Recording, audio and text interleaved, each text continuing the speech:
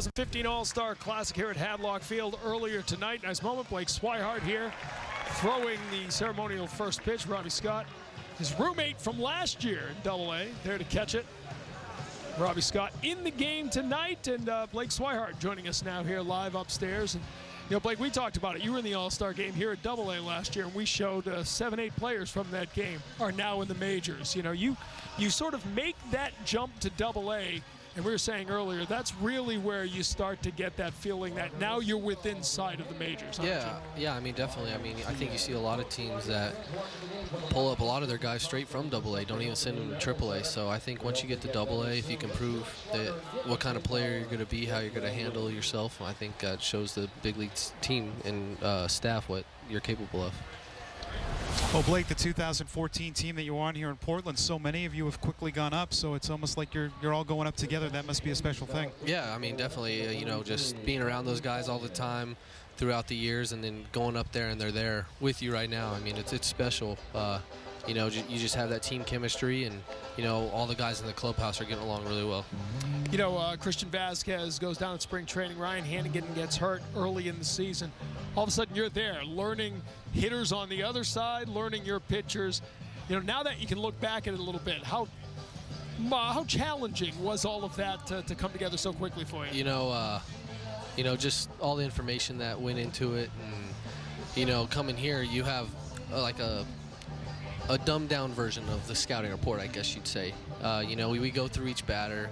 I talk about, as a catcher, what I see from each batter against certain pitchers, you know, when I'm here. And then when you go up to the big leagues, it's full on. It's right. Full on information, you know. Don't throw this guy this, do that, you know. Can you get, and it's an interesting point because I've talked to some of the pitchers on the staff in Boston about this, and most of them agree.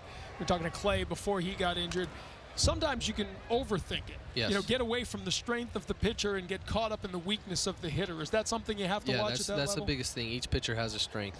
And, you know, if you get away from that and you're going to leave something over the middle, you know, if you're trying to go do something else, something that you're not capable of doing or something that you're not used to doing. You know, so I think you got to just stick with your strength and go out there and do what you know you and have been doing to get there.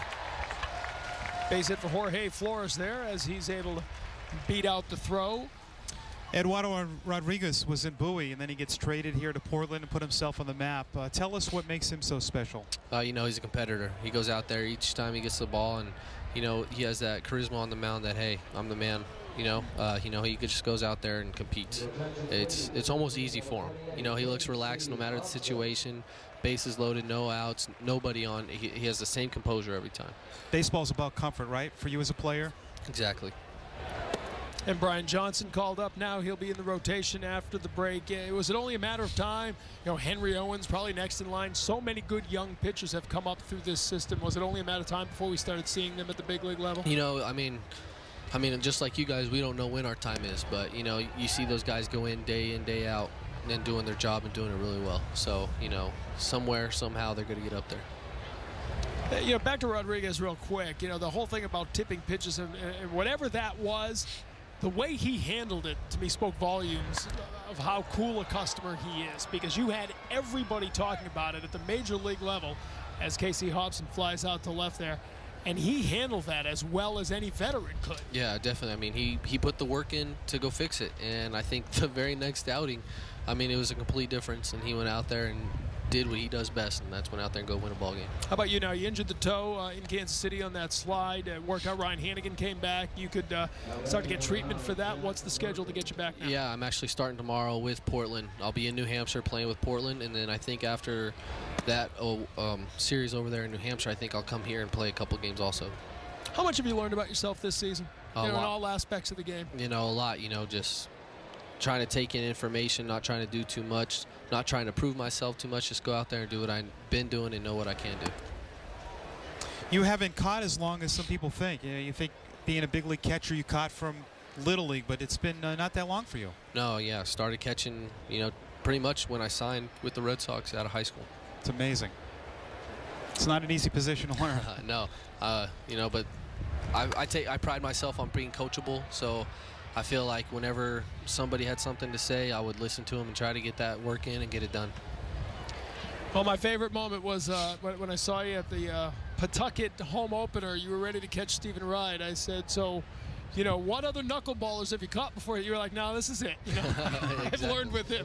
By the way, you're at the major league level. All of a sudden, you're catching a knuckleball just to throw that into the mix as well. Yeah, I guess at least you know what you're going to get, right? That's right. There's no missed signs with Stephen Wright. Listen, continued success, all right? Get back on the field soon. It's been a lot of fun watching you, and we wish you nothing but luck. Thank you very much. All right, Blake Swihart with us here. And again, Robbie Scott will be thrown in the majors soon. You know, real quick before we let you go, talk about him real quick. You guys were roommates, and they've really worked on him coming down on the side a little bit. It's been real effective against left-handed hitters. Yeah, you know, he's making an improvement. Or not making an improvement. I mean, last year he did what he did and the numbers he had, and now he's going out there and he's adding a little extra weapon to his arsenal. You know, dropping down. He talks to Tommy Lane from time to time about asking Tommy when he does it, what situation he does it. So, you know, to have a guy like Tommy to go talk to about that kind of stuff, that's pretty special to have. And, you know, he's going out there and he's working, and once again, he's having one good year. All right, thank you, Blake. Blake Swihart with us here. We'll take a break, come back with more as the 2015 Eastern League All-Star Classic continues here at Hadlock Field. Thank you, guys.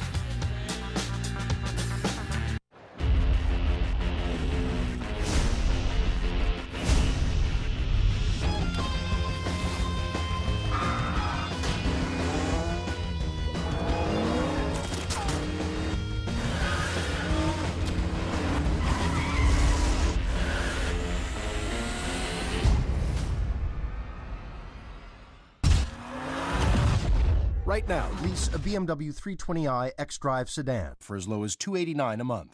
I'm outside. Where are you? I'm right here. I'm in the Buick. I don't see a Buick. Oh, got it.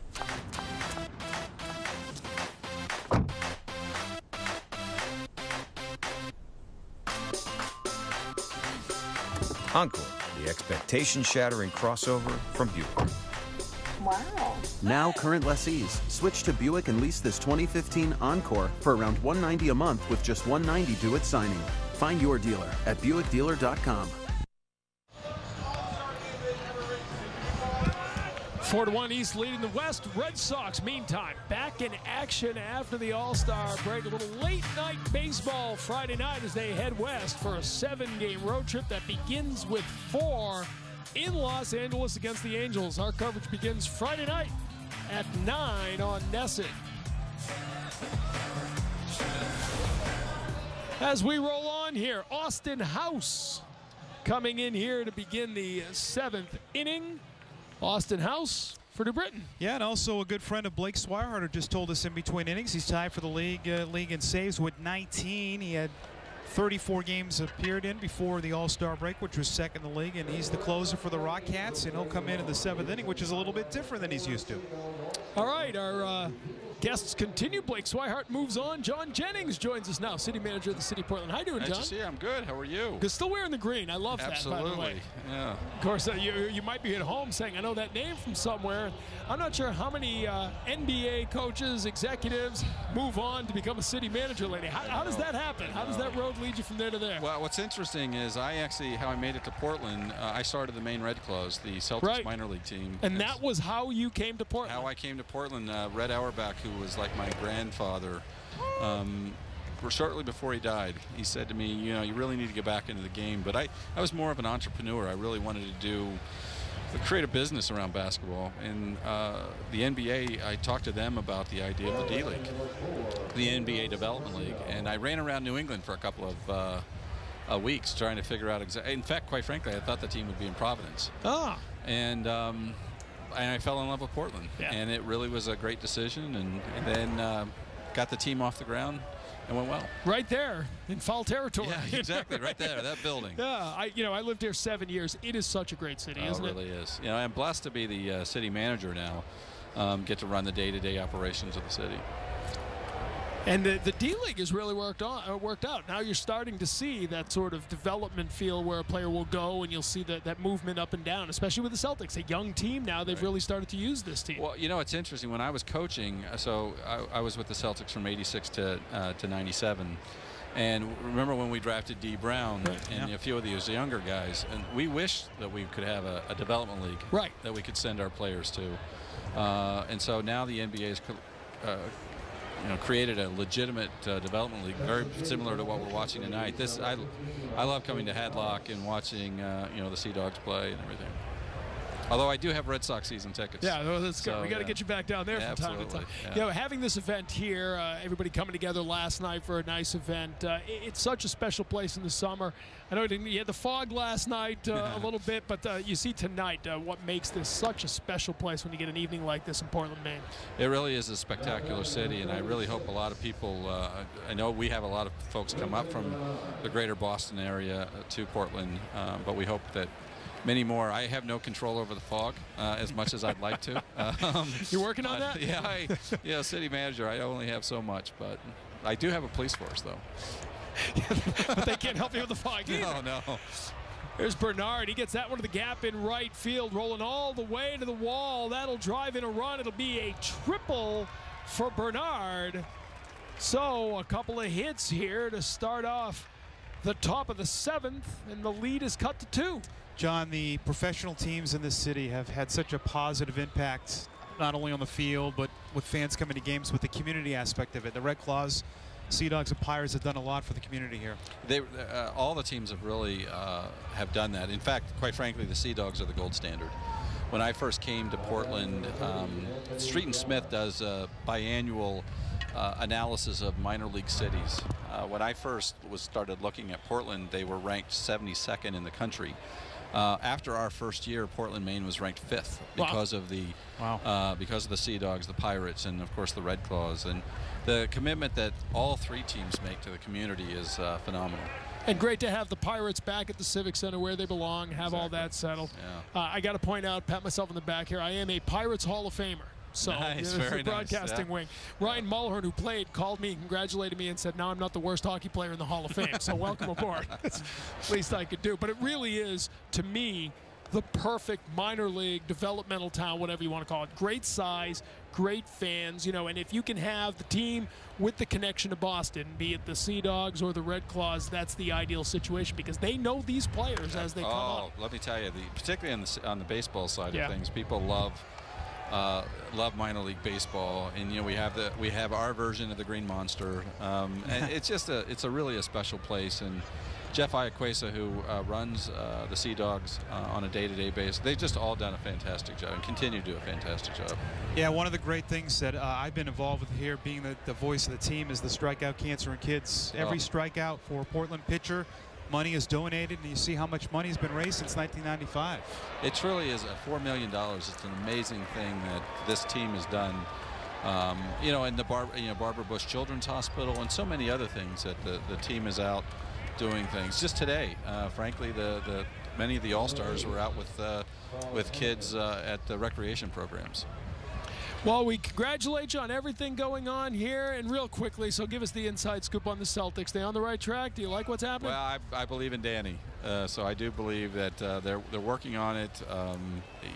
My own experience, it's not easy to turn things around. You remember when we had some guy named Bird, and then there was a other couple of guys named McHale and Parrish, and losing those 3 guys, it took a while to turn that around. No question about it. It might be the toughest league to try to turn things around. I think it is. It's just not easy. The free agent restrictions and how tough it is to draft if you're not in that very top. Even if you have 1 pick, you can score 1 high pick, but we've seen teams, it takes a couple in a row to really rebuild. It does, and just kind of what Danny did a few years ago with getting Garnett. It's getting that really important free agent that you can build around. I saw Kevin, actually I was the first NBA guy to see Kevin Garnett play in high school. Is that right? I was in Chicago, I was there to scout the Bulls, and I kept hearing about some kid in high school. Remember, this was before they all started coming in. Right. And so I went down on the south side. He played for Farragut North, and I went to see them play. He comes into the gym, and my mouth just dropped. And I think he had, 56 or something in this high school game. And I remember calling Chris Ford, who was the head coach at the time. I said, "Man, I just saw some kid that can actually play in our league." So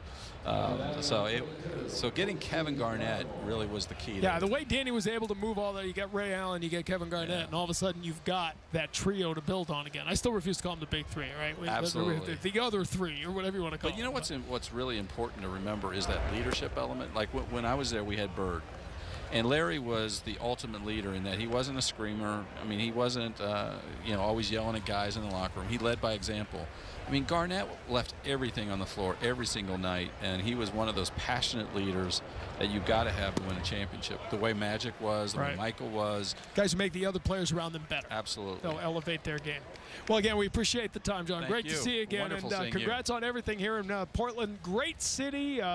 My personal favorite. You got to get up here in the summer and spend some time with John Jennings. We made him talk a little basketball, but mostly talking Portland here.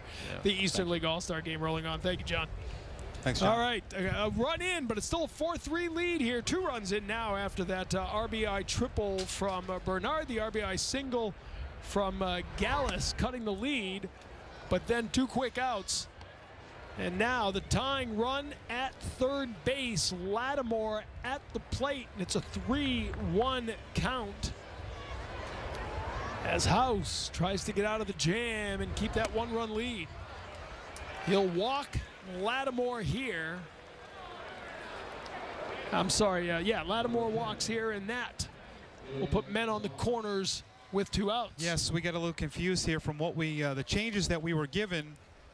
The Hankins actually went from right to short, and Lattimore's in Moreno's spot. But we were given predetermined substitutions, and they weren't always accurate, but that happens. Little discussion here with House as they try to settle this down. But, John Jennings, as the city manager now, interesting that he came in through the basketball circuit, got the Red Claws in here, and just fell in love with the city. And it's easy to understand. You've been here a decade. I mean, it's an unbelievable place to live. It really is. And the Red Claws are one of the dean of the D-League. They draw well, and John was right. They've changed a lot of the structures there where they can have rehabs now. The players before that did not approve of that. Now they did, so they've changed a little bit, make their product better.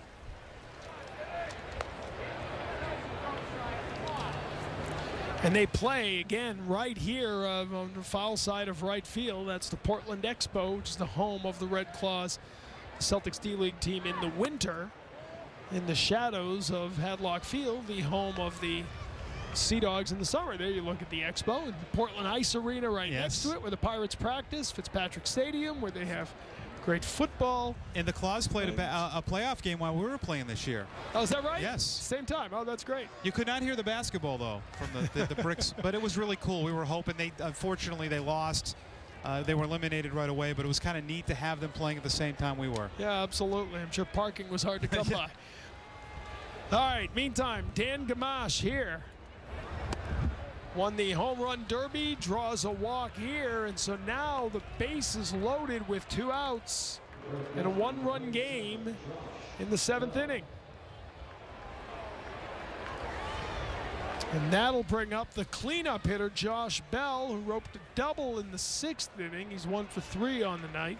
And Kevin Walker, the pitching coach, has instructions. So House, if he walks one more, gives up a hit, he might have to come out as the bullpen is getting loose. But they will let House try to pitch out of it here against Bell, but he misses there for ball 1.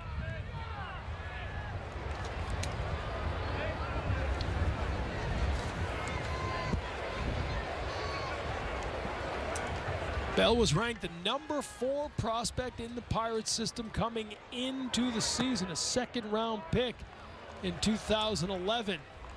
And House falls behind 2-0 here after issuing back-to-back walks. But you see how the guys in this sequence here aren't giving in to House. He's missing, they're not chasing. They're having quality at-bats, and they're trying to run up a big inning here. 26th pitch of the inning for House, and he misses there, so 3-0 the count. Tying run 90 feet away here in the 7th inning. The West has already scored 2, trying to tie this game up. Gets a called strike and a mock cheer from the fans. That's why I love this place. They are in tune with every single thing that's going on.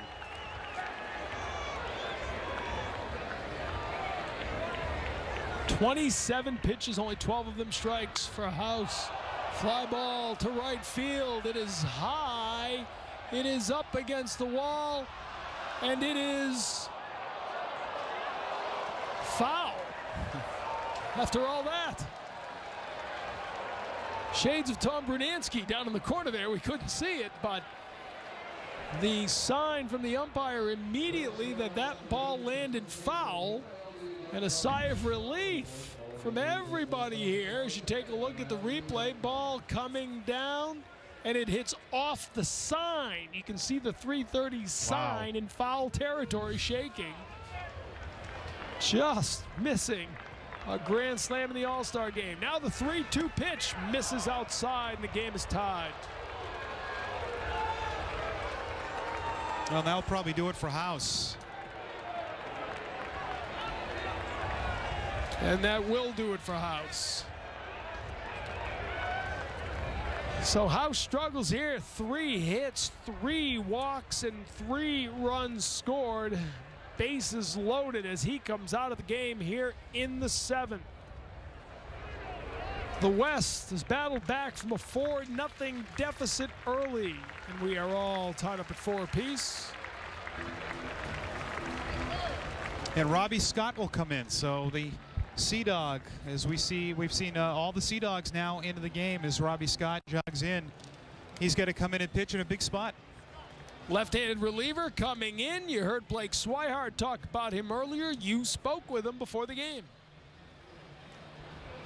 The Sea Dogs have 6 Eastern League All-Stars here for the Eastern Division, and one of them is Robbie Scott, 2 years in a row, but being at home is awesome. Yeah, it's definitely an awesome experience being out here, being able to play, at home for an All-Star game. Last year being on the road, it's kind of one of those things. When I got sent here this year, it was something that I definitely put on in the back of my mind. I was like, it'd be pretty cool to play in the All-Star game here for our fans. So I'm definitely really, really excited for it. Seems like a game like this is a win-win for everybody, the media, the fans. But for you as a player, going in that clubhouse, you got all different guys that you know from this season. Yeah, it's, for the first time this morning, just walking into the locker room and seeing, different nameplates on in our original lockers. It's really cool. And just having, fun with the guys that we compete against throughout the season. And now, we're teammates for a day. But then tomorrow we're all back to being enemies, so it's fun. You were an All-Star last year, but this year you've added something different, dropping down a lot. That's worked for you. Yeah, it's definitely been something that I addressed early on in spring training, and especially last year going out to the fall league.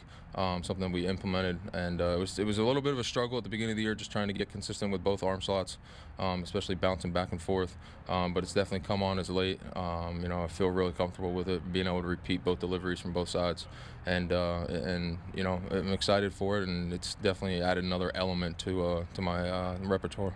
Lastly, you've got a great story from Indy ball to the Red Sox, how you were signed, a Red Sox twist all in all, and how you got here. Yeah, it's definitely been a crazy road so far. Definitely not, the usual road that everybody takes, and everybody has their different story that where they come from and all that kind of stuff. But it's definitely been a difficult path. I'm greatly appreciative of the opportunity that the Red Sox have given me ever since the day that I got signed, and it's just another acclimate to put in on my resume, and I'm really excited for it. And I can't thank the Red Sox enough, can't thank the Sea Dogs enough. It's just an absolute awesome experience up here playing for the Sea Dogs, and hopefully, one day playing for Boston. Have a blast. Absolutely. Thank you, guys. All right, that was Robbie Scott talking to Mike earlier. Now Scott coming on in a jam. Bases loaded, game tied, 2 outs. And he faces Ricky Oropeza, who's 0 for 1. Hit a line drive to left field that turned into a double play. Smith made a nice throw to get Josh Bell at second, and quickly Scott falls behind 2-0. Not an easy spot. You come in with the bases loaded. You got to throw strikes, but that last pitch was very close. Pitch from Scott. Bat goes one way. Ground ball across the diamond in time, and he gets it. So Scott pitches out of the jam. The West scores 3, but leaves them loaded. And we head to the bottom of the 7th, tied at 4 here at Hadlock Field.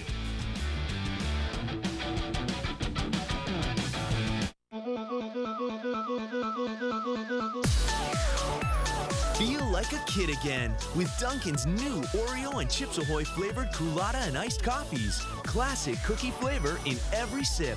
America runs on Dunkin'. Plainridge Park is now open and ready for action. Head to Massachusetts' first and only casino. where you'll find big-time winning at over 1,200 of the hottest slots and electronic table games. Come on and rock to live music every weekend and get a taste for excitement at the place where wicked good times never end. It's the all-new Plainridge Park Casino, now open. Dunkin' Donuts iced coffee gives you the boost you need to knock every day out of the park. Nothing keeps you on top of your game like a delicious Dunkin' Donuts iced coffee, the official iced coffee of MLB.com. America runs on Dunkin'.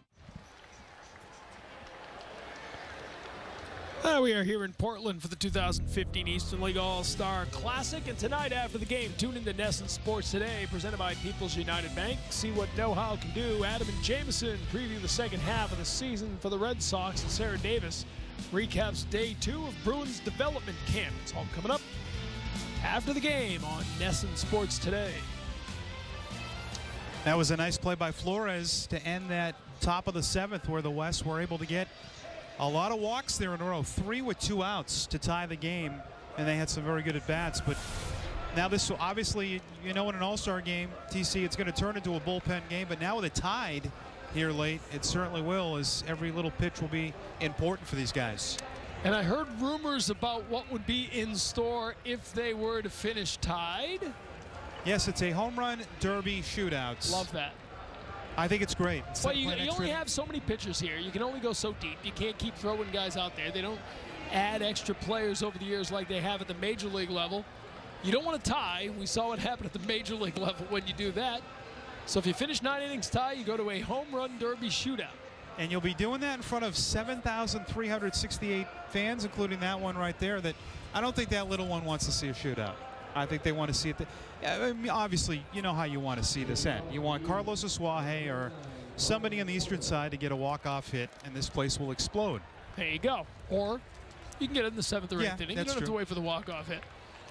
All tied up, though, here in the bottom of the 7th. The East hasn't scored since that 3-run second inning. Brian Pointer going to try to change that. He's 0 for 1 with a walk. Got caught stealing after that walk back in the 4th inning. He's facing Jeff Johnson here. The bottom of the 7th.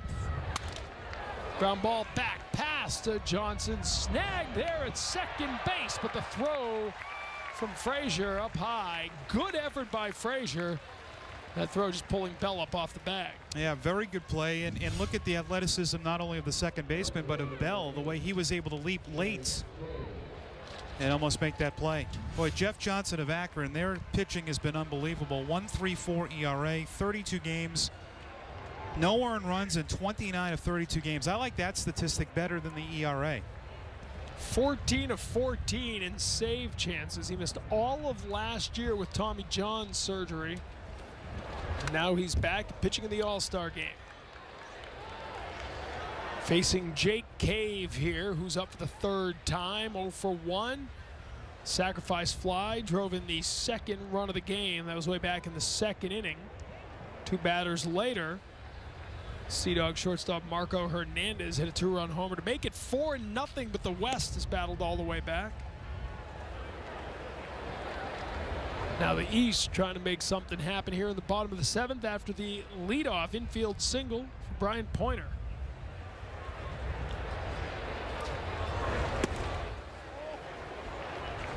One and 1 the count to Cave. Perfect night for baseball. Each team has had a big inning. We saw Marco Hernandez of the Sea Dogs hit a home run. So you've seen a little of everything here, and now it's going to be decided late. Jay Cave was a 6th-round pick of the Yankees out of high school, had committed to play at LSU but signed with the Yanks. Number 17 prospect in the system coming into the season for the Yankees. Meantime, you take a look at the West pitching coach Lee Smith. 209 saves with the Red Sox. Or in his career, 209 strikeouts. Now, why is he 58 saves. out of the Hall of Fame? I don't. 389 saves. Right? Yeah, in his career combined, and that's the great question for so many closers have had trouble getting that respect because not everybody, respects the save as a stat because it has changed over time. You see his total saves in his major league career, certainly one of the best closers. When Yeah, you talk about intimidation when Lee Arthur Smith came out of the bullpen, that sort of slow walk up to the mound and that big frame staring down at you. And he's doing a real good job with the Giants as their roving instructor. Swing and a miss there. This throw gets away. Pointer tried to hop up and grab the extra base but couldn't get free. So Cave strikes out. Pointer steals the base, so they're able to move that runner into scoring position with 1 out for Dwight Smith Jr. And there he is. Strike 3. Ned Martin calling Lee Arthur coming in, and he intimidated you with his presence, and then he blew you away with his fastball. But you think it's harder back then. Guys threw more innings. Closers were 120 to maybe 140 for innings. They faced more than 3 batters. They threw more innings, so you could almost say that back then it was a lot harder to do what they were doing. Right here, Dwight Smith trying to deliver the go-ahead run with a Pointer at second after the stolen base. 1 out on the strikeout to Cave. Smith is 1 for 2 on the night. An infield single with 2 outs in the second inning, scored on the Hernandez home run. Nice block back there by Severino. Keeping Pointer at second base.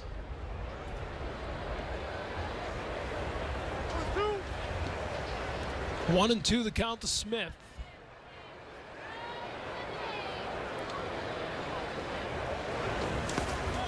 Johnson misses there, and again a good block from Severino. Pointer's got to go back to second base. We saw his dad, Dwight Smith Sr., who was a big leaguer with the Cubs. He was in New Hampshire a few weeks ago when the Sea Dogs were there. He was among the National League Rookie of the Year voting. But it's pretty cool when we see the big league sons. We've seen a lot come through the Eastern League, of course, with Casey Hobson's dad, Butch, who I think Red Sox fans know.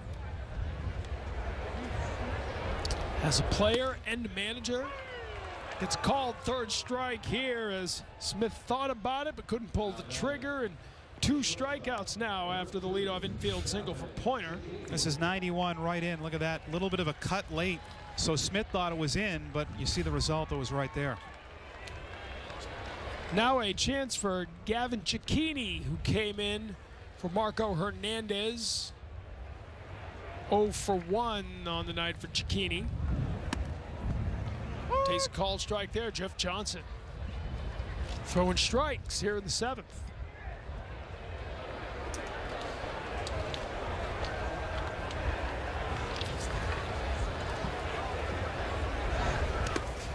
Outside there as Cicchini will take the ball. Now, the way this All-Star game is ending, you have a lot of relievers who are pitching late in situations they are used to. And Johnson has been a part of a very good Akron club all year, and their bullpen has been very dominant. This is a big spot in this game right here with 2 outs.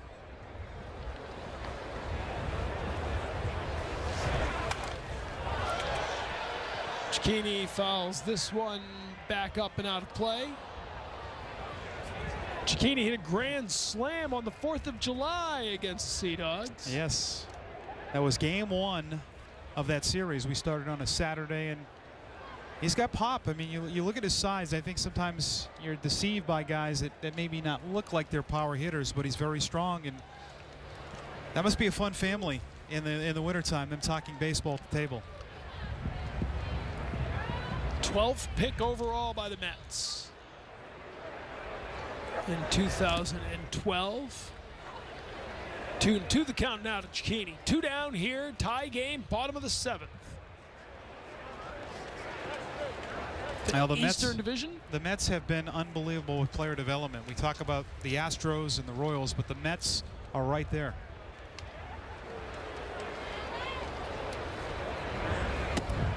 Johnson misses outside, so Cicchini works the count full. Eastern Division had a 4-0 lead after 2 innings. Western Division got 1 back in the 3rd and then tacked 3 on in the 7th. That is where we stand now as Johnson looks in. Here's the pitch on the full count, misses outside. Cicchini draws a walk, so 2 on, 2 down. And Giacchini has been leading off for the Binghamton Mets this year, so having at-bats like that is what you want your leadoff hitter to do. He was behind, took some close pitches to prolong the inning, and it brings the Sea Dog to the plate. Yeah, Carlos Asuaje will get an opportunity here.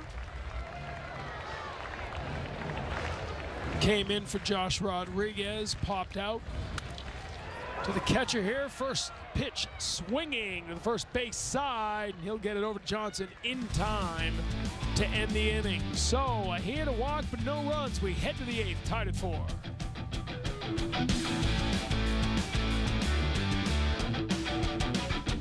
We're here to inspire confidence, the complete peace of mind you need when it comes to the reliability of your vehicle, because it's more than just a car. It's your livelihood, your independence, and the place you put your most precious cargo. We're here with certified, highly trained technicians you can trust, not only because they use the most advanced diagnostic equipment, but because they're passionate about their work and they care about getting you back on the road. Sullivan Tire and Auto Service. We're always here to get you there. I'll ride the highway, I'm going my way, I leave a story untold.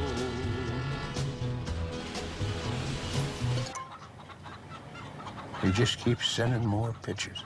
If you're a free-range chicken, you roam free. It's what you do. If you want to save 15% or more on car insurance, you switch to Geico. It's what you do.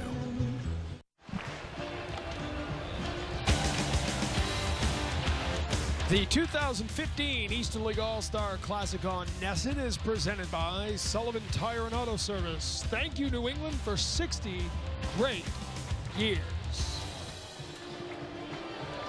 Tom Karen, Mike Antonellis with you.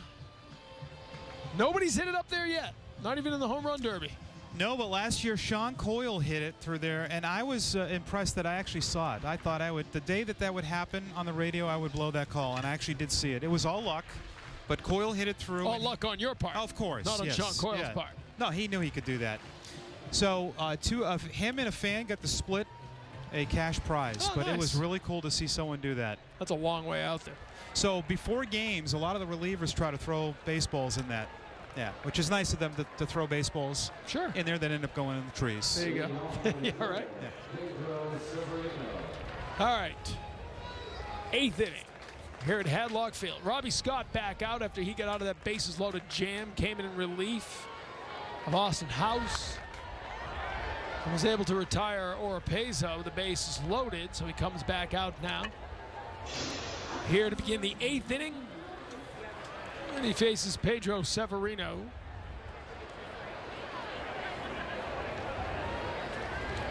Nobody on a tie game here in the 8th inning. Quickly ahead of him. 0-2 the count. As we said, Scott back for his 2nd consecutive Eastern League All-Star appearance. Fly ball to right field. 1 down here in the 1st as Cave gets under it.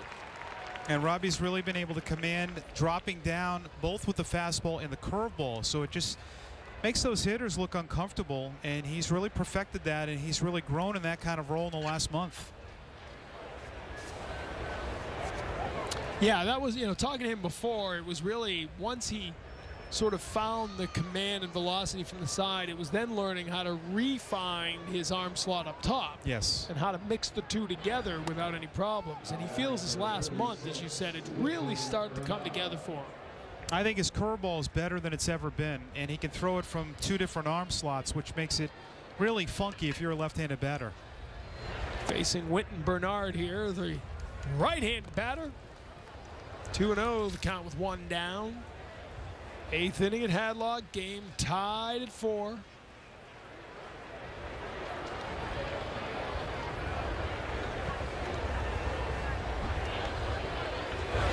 Pitch from Scott up over his head, but after the second baseman Rodriguez across the diamond, and quickly there are 2 outs. Here in the 8th, beg your pardon, that was Asuaje. Got to make sure I got all my changes. Robbie Scott, we showed that video of him catching Blake Swihart's first pitch, and he wanted to do that. He asked to do that. That was a really cool moment between those two, and the great relationships they still have. Yeah, Scott was saying this year he's living with a host family. I think the hope is that he won't be here that long, moving up the ladder. But last year, he and Blake Swihart, who started the year here, rented an apartment in town. There's a look at the first pitch. The catcher throwing to the pitcher. Turnabout is fair play. We should have had Robbie throw it to Blake. He could have been the first catcher. Well, Garrett had told me before the pitch that was his biggest concern, that he would throw it in the dirt. He'd never hear the end of it, so he just wanted to make sure he got it to Scott. And Scott delivers a quick 1, 2, 3, 8th inning. So Scott faces 4 batters, retires them all, and the East comes up to the bottom of the 8th. A tie game here at Hadlock.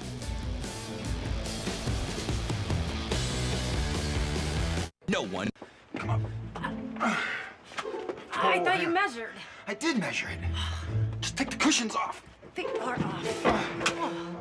Moving is frustrating, but moving your DirecTV isn't. Simply call before you move and we'll bundle DirecTV with internet and home phone services for one low price. You'll get the best value, a savings of up to $120. Moving has never been more rewarding. The DirecTV Movers deal. Call and ask about all the benefits today.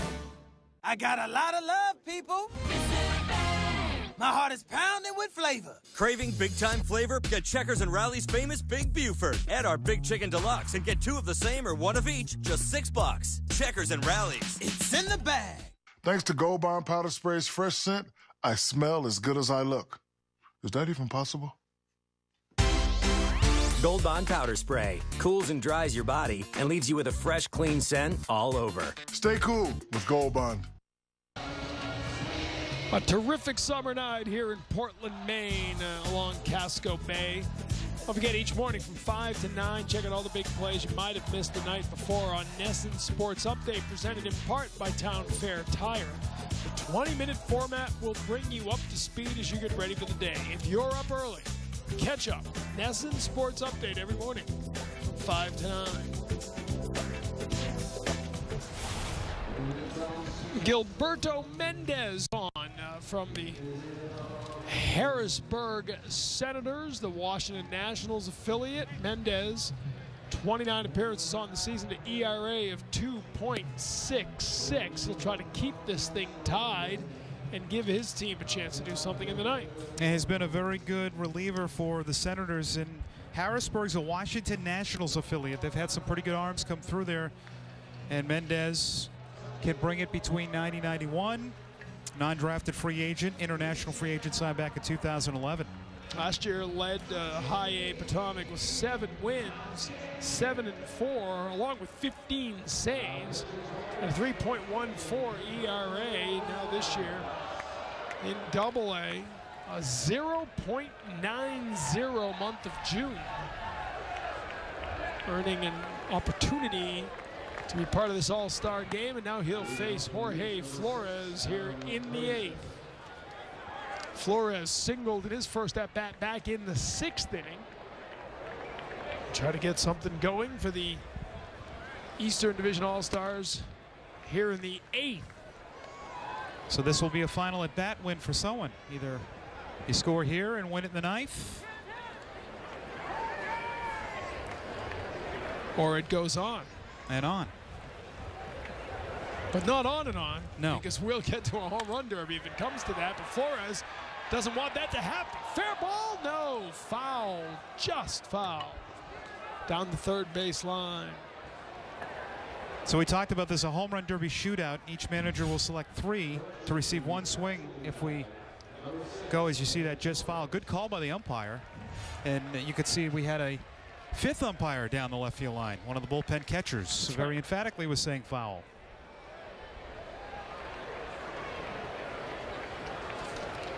Oh, I think it's a good idea to have a home run derby instead of having to potentially use a position player to pitch. Strike call there, 2-2 the count now. So yeah, as you said, each manager selecting 3 representatives to receive 1 swing for a home run until all 6 have taken a swing. Batters alternating between the East and West. West team will swing first, East team will get last ups. If the number of home runs or the score remains tied after 3 batters per team, each manager continues to choose 1 player at a time to swing. A member of the coaching staff for each team will pitch. So it's the equivalent of an NHL shootout, baseball style. Ground ball to third base. Throw is held on to by Bell. Bell somehow reached, fell, and kept contact with the bag, or at least that's what it's called by the umpire. The Eastern Division folks don't like it. Well, we'll get a replay on there. Flores can run. Did Bell hold on to the bag? I don't think so. Doesn't look like it there, but no replay here in the Eastern League All-Star game, and it'll go as a 5-3 ground out.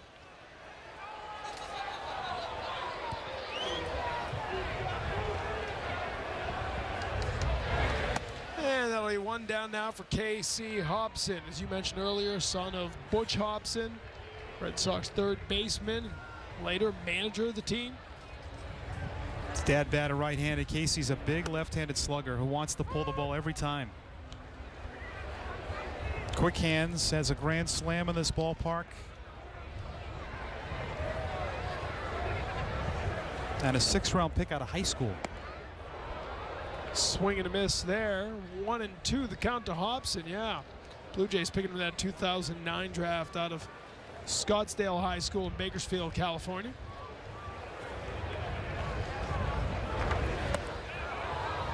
And he'll go after that one, and quickly 2 down now in this 8th inning.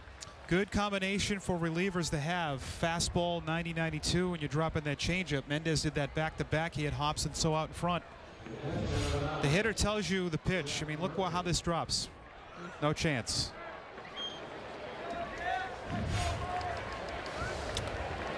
So 2 down for Jack Murphy.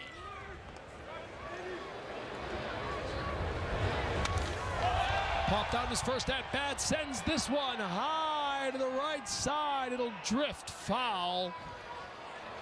For a moment, the crowd thought they wouldn't have to wait for the home run derby. No, and you had about 10 guys out of the first base dugout trying to make the call. They're trying to help. We've had a couple balls hit down the line like that. That's a great shot right there. Look at those. That would be a great seat every night. TC, you could get those seats here every night, right? There was a time, but, you know, I call you now. I get nothing. Those are the Burke seats, too. I think that's where our owners sit. There you go. Burke family, obviously, the late Dan Burke brought this team here originally, and the family legacy continues now. A great ownership group with this team. They've put together such a good front office. Yes.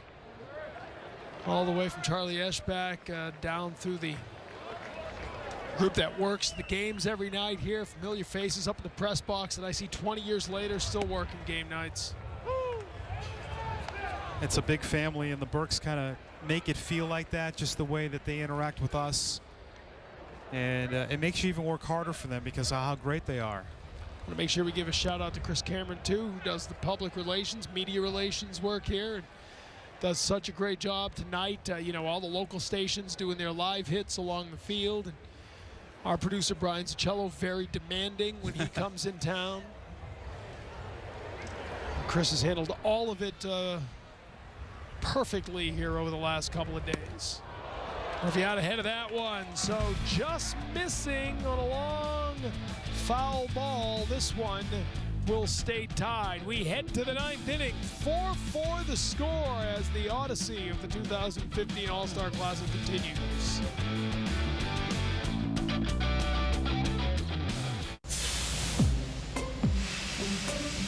Hi, I'm here to pick up my game jersey. Come on, we never shrink things.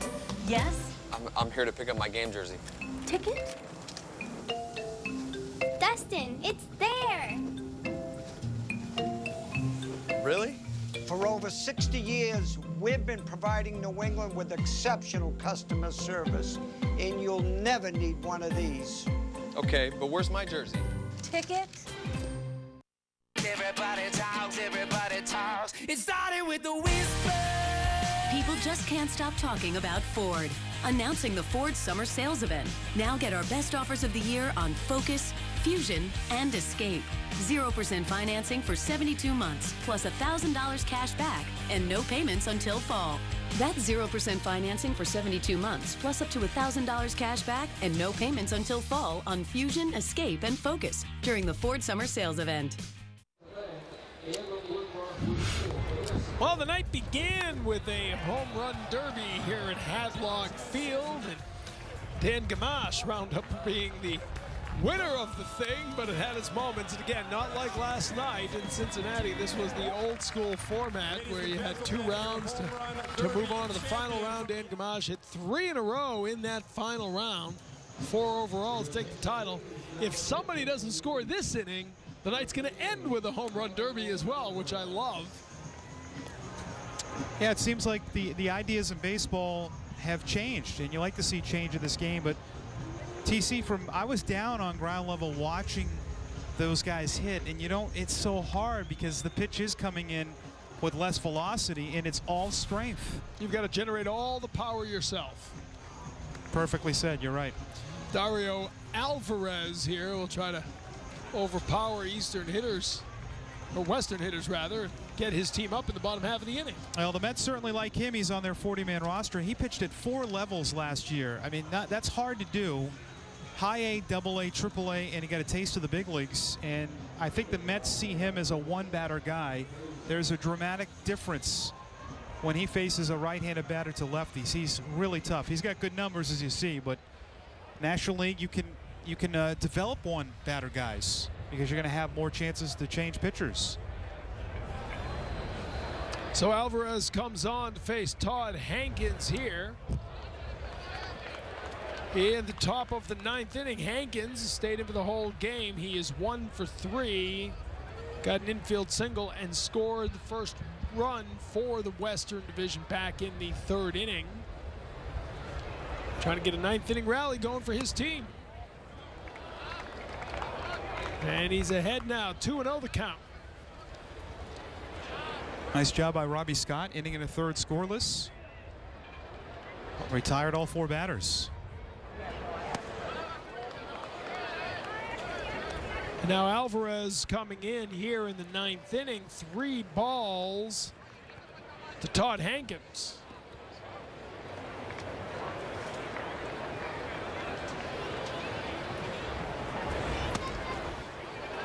Taking all the way, called strike there. Here's a look at Robbie Scott. Did such a good job there to get out of that jam in the 7th, and then a 1-2-3 8th inning. The only pitcher to get up and down, as they say, a 2nd time. And a leadoff walk now for Hankins here in the 9th inning. You know, earlier Billy McMillan told us in this kind of game you might not do a lot of hit and run because you don't want to hurt guys, but if it's tied, maybe you do change your strategy a little bit so you don't have to go to a home run derby, because a home run derby you're going to ask guys to hit. Maybe you don't want, what do you want them to do? It's a great point. We'll see if they start to think that way here, as Alvarez will check the runner back to 1st. So if we were to go to a home run derby, you'd probably want to use guys who are in the game, right? I think guys that come out probably don't want to hit. That might be tough. Been cold for an hour and a half or what have you. Adam Frazier here shows bunt. Frazier grounded out to 1st in his first at-bat back in the 7th inning. Alvarez throws his sliders a lot left on lefts. Again showing bunt, and he gets the outside corner there for the called strike.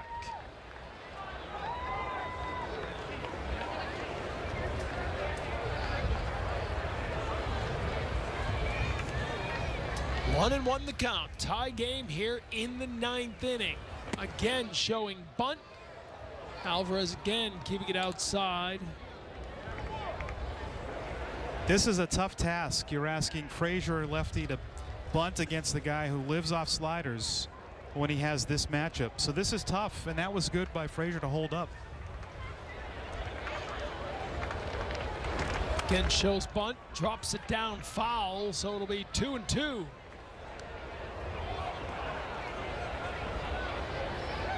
Shows you in any game like this, an all-star game, whatever you have, when it's close, late, they play to win. Yes, I mean, I don't think in the NBA you'd be fouling at the end to try to get to prolong the game. This is kind of the comparison to this. It's a very competitive game. Alvarez, the 2-2 count, gets him on the curveball. The breaking pitch, sweeping it around as Frazier swings and misses for the first out of the inning. And look at how he's bailing on this pitch. That's where you see scouts look at that against lefties. Big league potential. And McMillan comes out, and that will do it for Alvarez.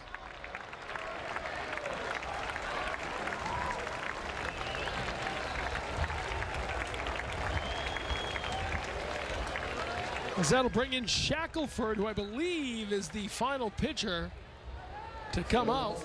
Billy McMillan said he'd get everybody in, and he will empty out the bullpen here, as Shackelford will come in with 1 out and 1 on here in the 9th inning. So we will take a break. Tell you about Stephen Shackelford when we come back. Charlie Moore brings the fun. This place is pretty cool. The stars. Yeah, Daddy. And the fish. Larry.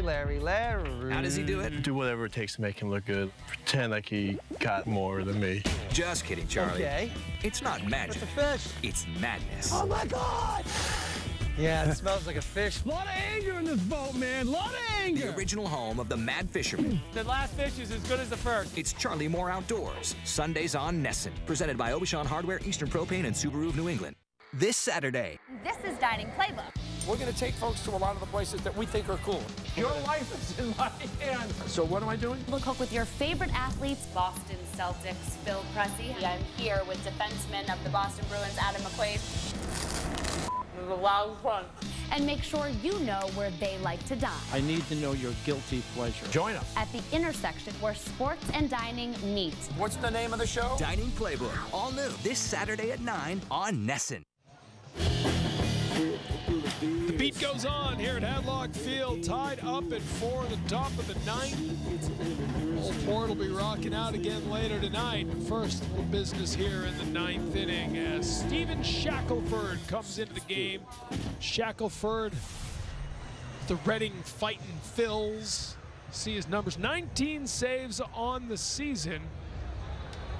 Just tied for the Eastern League lead in saves. He's second in games finished, 19 for 20 in save opportunities. So no stranger to 9th inning situations. He comes in with 1 out and 1 on in a tie game. And he looks the part. He's got a lot of animation in him for a closer, and he's got the stash, of course. But, I mean, he looks like the closer. Look at the button undone. Well, not undone, but his jersey flapping a bit. He's got a very interesting leg kick here, almost straight up. And he gets a call for a strike to Quincy Lattimore. He looks very nervous on the mound. A lot of movement, bouncing around. Ground ball to short. With the leadoff runner, no chance for the double play as Hankins did a good job breaking it up. So with 2 outs, the inning keeps moving on here. Nice range at short by Giacchini, and he's really worked on that, throwing across his body, going in the hole. And Hankins playing hard here. Carlos didn't have a chance anyways. Dan Gamache, who drew a walk, kept that inning going back in the 7th. 3 straight walks issued by Austin House after 3 hits earlier in the inning. Led to 3 runs, tied this game up. Now Shackelford has that good sinker, which is great for a closer, coming in with runners on base. And he can throw it 87 to about 93, 94. Didn't like the call there as it goes to 2-0, now 3-0.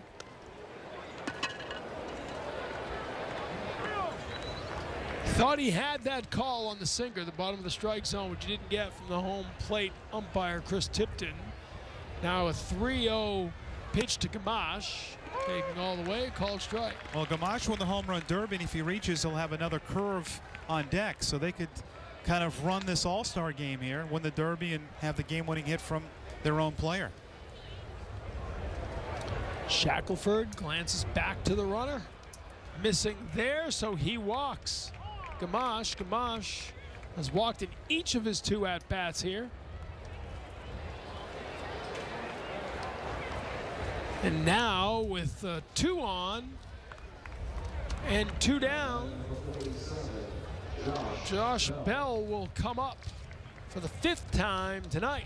Can't remember the last time I saw somebody get 5 at-bats in an all-star game. Yeah, there's just certain guys with 14 position players that have to play. But you're right, 5 times is a lot. Right back, Shackelford knocks it down, gets after it, throws it to first, and the pick made there to end the inning. So a lot of movement on the mound, and Shackelford had to be his own best infielder there. The East comes to bat in the bottom of the 9th, looking to walk off with a win at Hadlock.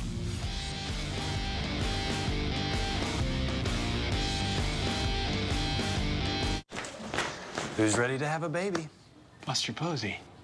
You're not my doctor. Come on, I'm sort of your doctor. I mean, we both wear gloves, and we always deliver in the clutch. Gloves? Clutch.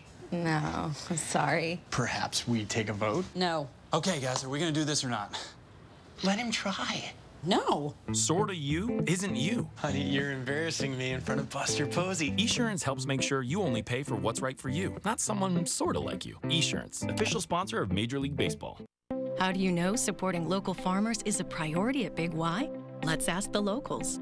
My father started with the Big Ys when Paul and Jerry Demore, the founders of Big Y, started buying tomatoes and fresh vegetables. Big Y's been a good ally and partner with us, purchasing directly from local farmers. Working with the Big Y family is almost like working with a member of our own family. We try harder for them because they try hard for us.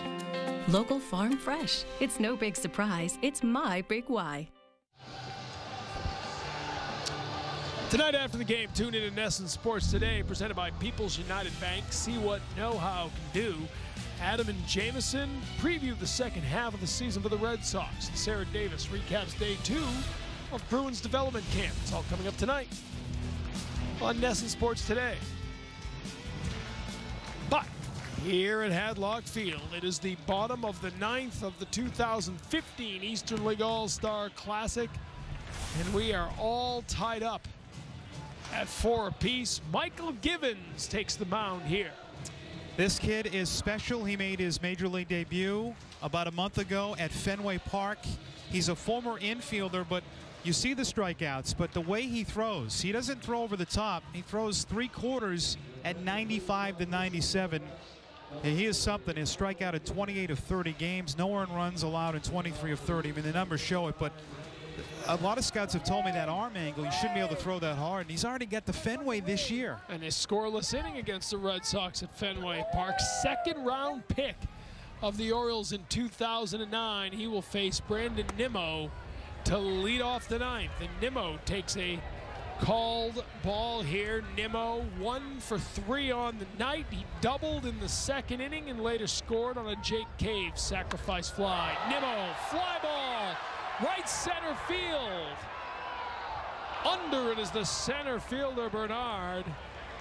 Nimmo gave it a ride, but not enough. 1 down here in the 9th. It's weird. The flag's not moving, but we can feel the wind swirling a bit, so that could hurt some balls hit in the air. But you can see, I think he got under this. I think Nimmo thought he got a lot more of it the way he was shaking his head. That was a good pitch to hit to win the game. Yeah, just missed it there.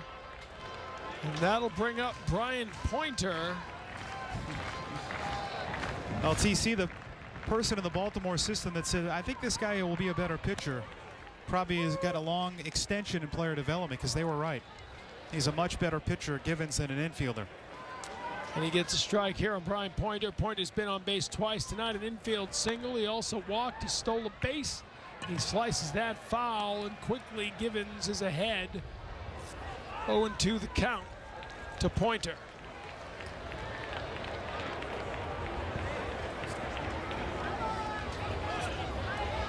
Just a reminder, if the Eastern Division doesn't score here, we will go to a home run derby style shootout to settle this one. Each manager going to pick 3 batters. Each batter will get 2 pitches.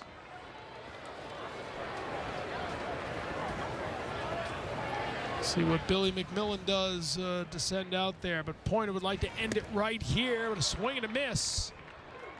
And there are 2 down now here in the 9th. Well, you see why all-star games stay tied. Some of the harder throwing guys are coming in later. This is not easy to do. Look at Pointer telling Dwight Smith Jr., good luck.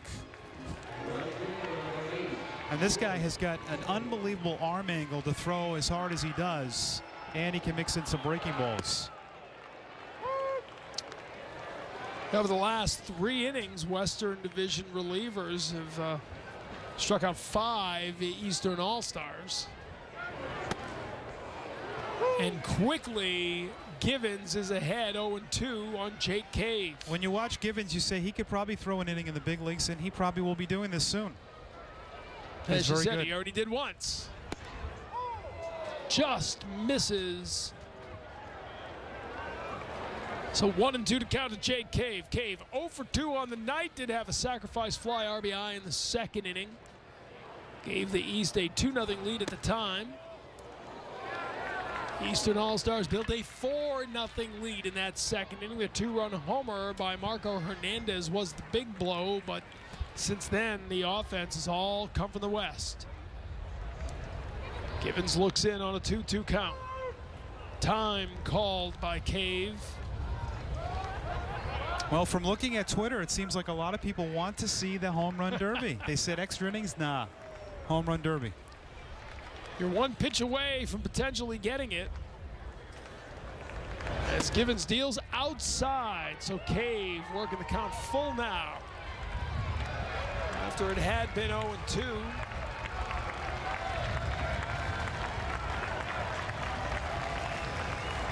3-2 pitch, swing and a miss.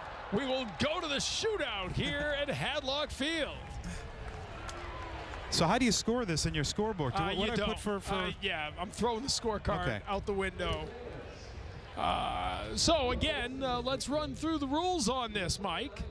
As each manager will pick 3 different hitters for a home run derby shootout. 3 representatives receive 1 swing for a home run until all 6. I'm sorry, I said 2 swings earlier. I stand corrected. 1 swing each until all 6 have taken a swing, alternating between East and West. West goes first. East team gets last up as the home team. The number of home runs is your shootout score. If it remains tied after all 6 batters have had their swing, each manager continues to choose 1 player at a time to go out there and take a swing. Really, the rules are identical to an NHL hockey shootout. 3 at the first time around, and then 1 time apiece if you keep going. And we'll wait for a moment here to see the cards the manager sends out, who they go out there. Coaches will throw, just like batting practice. And the grounds crew is ready. They got the L screen up, all ready to go. But you know what? This is historic. That's We've never had this ever. So this is historic. Moment. You're seeing historic.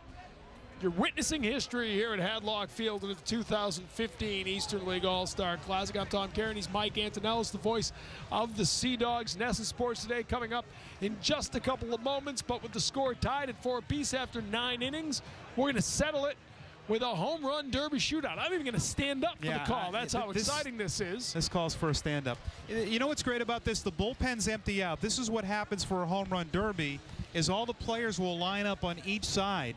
But this is quite a scene. Look we're seeing the coaches warm up here to get loose. Sure. Because they're cold, right? They're not throwing it all. There you see all the Eastern Division relievers coming in, the crowd getting up on their feet now.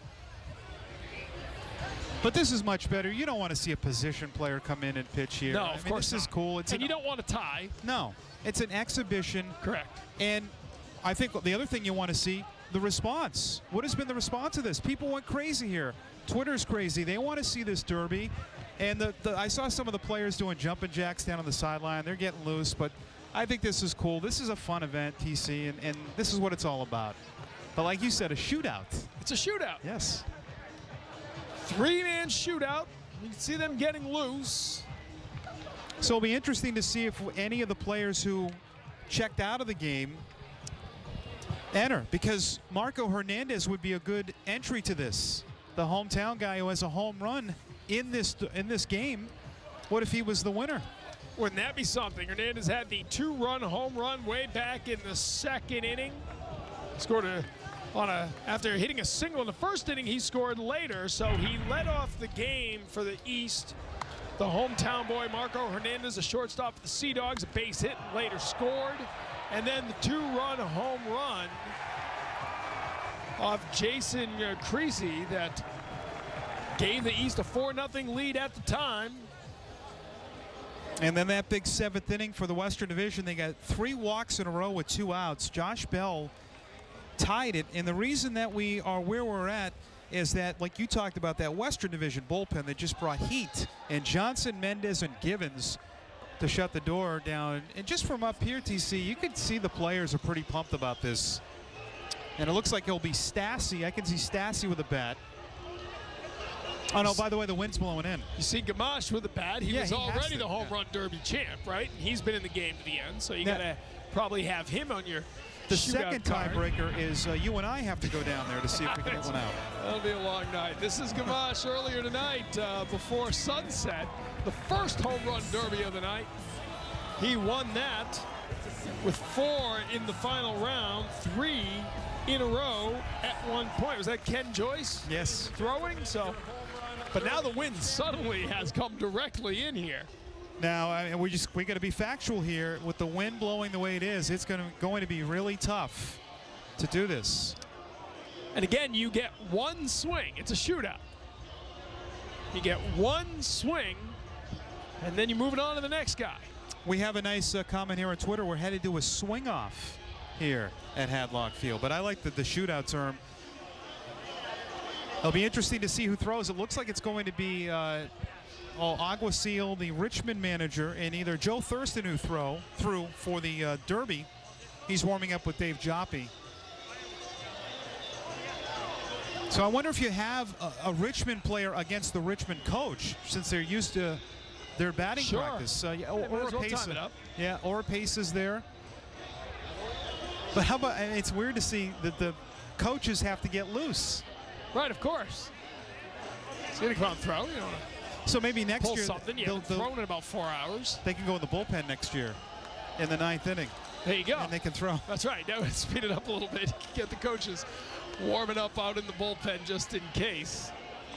TC, it seems like baseball, though, for years we know that they don't like change. That's but right. I feel like that they're changing that in another direction. A lot of little nuances are getting passed. Yeah, and it's a younger game now. You see young players. Fox had some fun with that last night, highlighting some of the young players in the game. And I think you've broken through instant replay and a clock between innings here in the minors. You've had the pitch clock, so innovation coming to the game now as it adapts with the times and tries to connect to a younger audience. Maybe the home run derby shootout someday will be, I don't know if it'll ever be part of the game on a regular basis. I'm not sure you'll get to that. But I think when you have an idea, you want to see what's the reaction of it. Everyone's standing up here.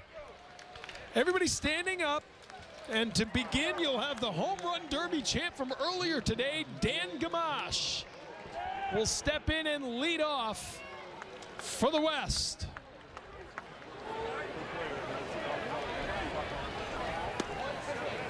He takes the first pitch. He'll wait for his, because again, you get one swing. One swing, yeah. But you can take as many as you want. Crowd urging him on here. 4 pitches, no swings yet.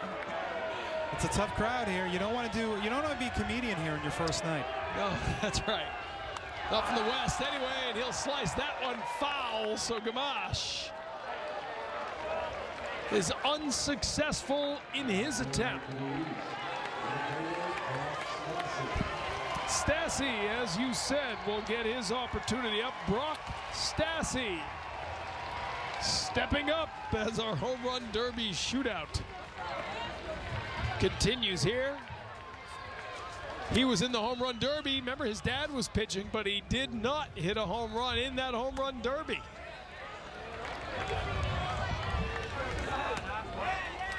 Stassi tonight 0 for 1 with a walk in the game itself. Chance to put the East up top, and he lines that one to the right field. No home run there. So after one round, we're scoreless here in the home run derby shootout. Now, if the Western Division hits one, the East gets a chance, right, to tie it. They get last ups. Well, you get 3 right in this, first round. So no matter what, you get 3. This is Dean Green. Now, he hasn't been in the game for a while. That's a guy who came out of the game. In the home run derby, he had 1 home run.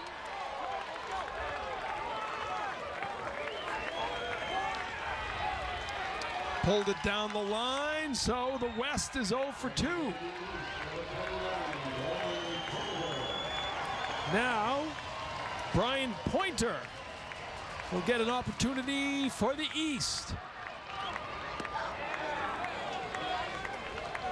4th man to go here in the home run derby shootout. He gets under it, and that will fall harmlessly to the unmanned infield.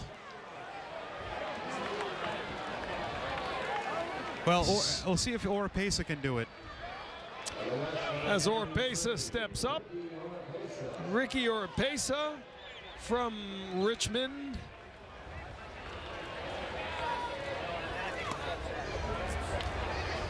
He was the runner-up in the home run derby. He had 8 total in the 3 rounds, but that one will fall short. And so now, after all that, well, the fans are still on their feet, and they might not be in an extra inning game. And Casey Hobson could end it with a walk-off shootout home run. If he is unable to send one out of the yard, each team will send up another batter. Hobson waiting for his pitch. Casey Hobson, son of former Red Sox, third baseman Butch Hobson. That one is high, but not far. It will fall. And after the 3-round shootout, we are homerless. So it continues now. Each team, 1 batter at a time. And again, West will go first. And Dan Gamache gets to go again. So this is the equivalent of Olympic hockey rules, where you can go back to one of the guys from the 3. And that one will tail off and fall. So still looking for a home run here in the shootout. We might have to have an inside the park home run. Stassi now with his second chance.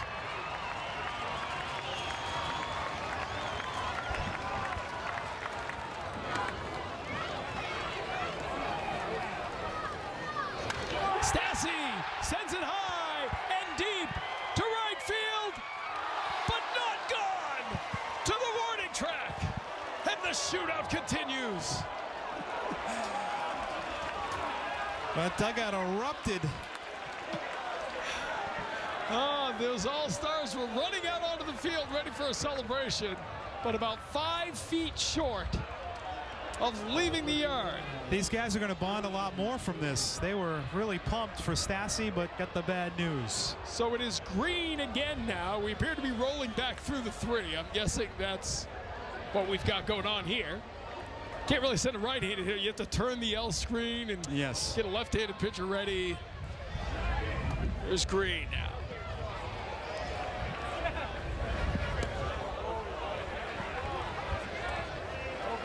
Stassi came closest. Green gets a hold of this one, a line drive that'll fall to the warning track as well. Take another look at Stassi, who gave it a ride, and watch the reaction. The All-Stars thought it was over. The Eastern Division thought they had a win, but no. Here's Pointer looking to end it now. We've yet to have a home run in this shootout. That one is high, but not enough. And that will fall. So far, 5 rounds deep and no home runs yet. Oropeza with his second chance. Ricky Oropeza. Without the hat, he's trying. There you go. You got to mix it up a little as you continue in this home run derby shootout. He rips that one. Right field line. Off the wall, but not gone. But you can see the timing coming now. These guys starting to drive it further. Yeah, no, it's a good point. I think you need to get warmed up a little maybe in a contest like this. Casey Hobson now. 6th round of the shootout. Line drive to right field. And we will continue. Back to the leadoff spot. Dan Gamache began the night as home run derby champ. Could end it as the hero of the home run derby shootout.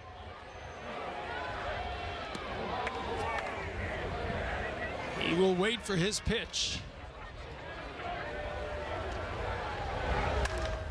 Line drive, but it won't leave the yard. Gamache is 0 for 3. Stassi. That's a big process here. The grounds crew's helping retrieve the balls. Everyone involved. Yes. Stassi can end it here. Came close before. And he fouls it off. So Stassi is 0 for 3. But the fans are still into this. We've had a lot of rounds. It's probably good it's one swing. 8th round now. Dean Green back up for his 3rd try. The first ever Eastern League All-Star Home Run Derby shootout. Line drive, but not enough.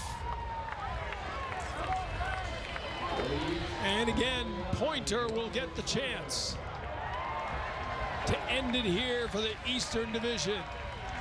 Brian Pointer.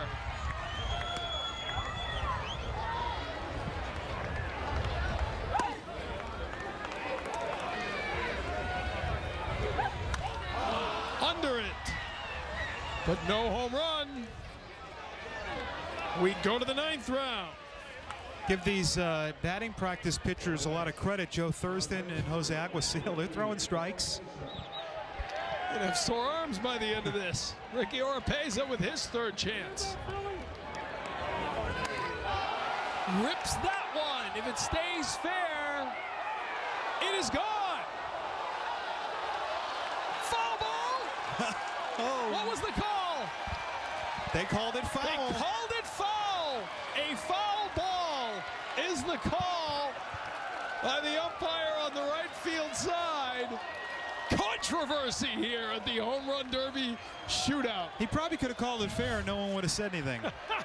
Take another look by our cameras. Hard to tell.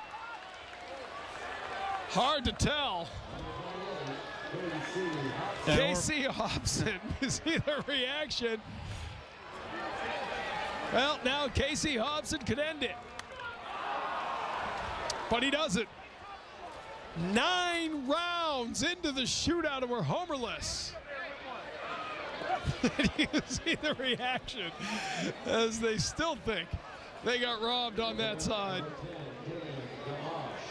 Here's Dan Gamache. Had 3 straight home runs, 4 in the final round of the home run derby earlier tonight. Tries to go opposite field this time, but it'll fall. Take another look at the near miss for Oropeza. From the home plate view, is it fair? You tell me. That's a tough call. Wow. That's a tough call. But we play on. Brock Stassi could end it. 10th round of the shootout. Underneath it. And we move on. Might have to move the fences in.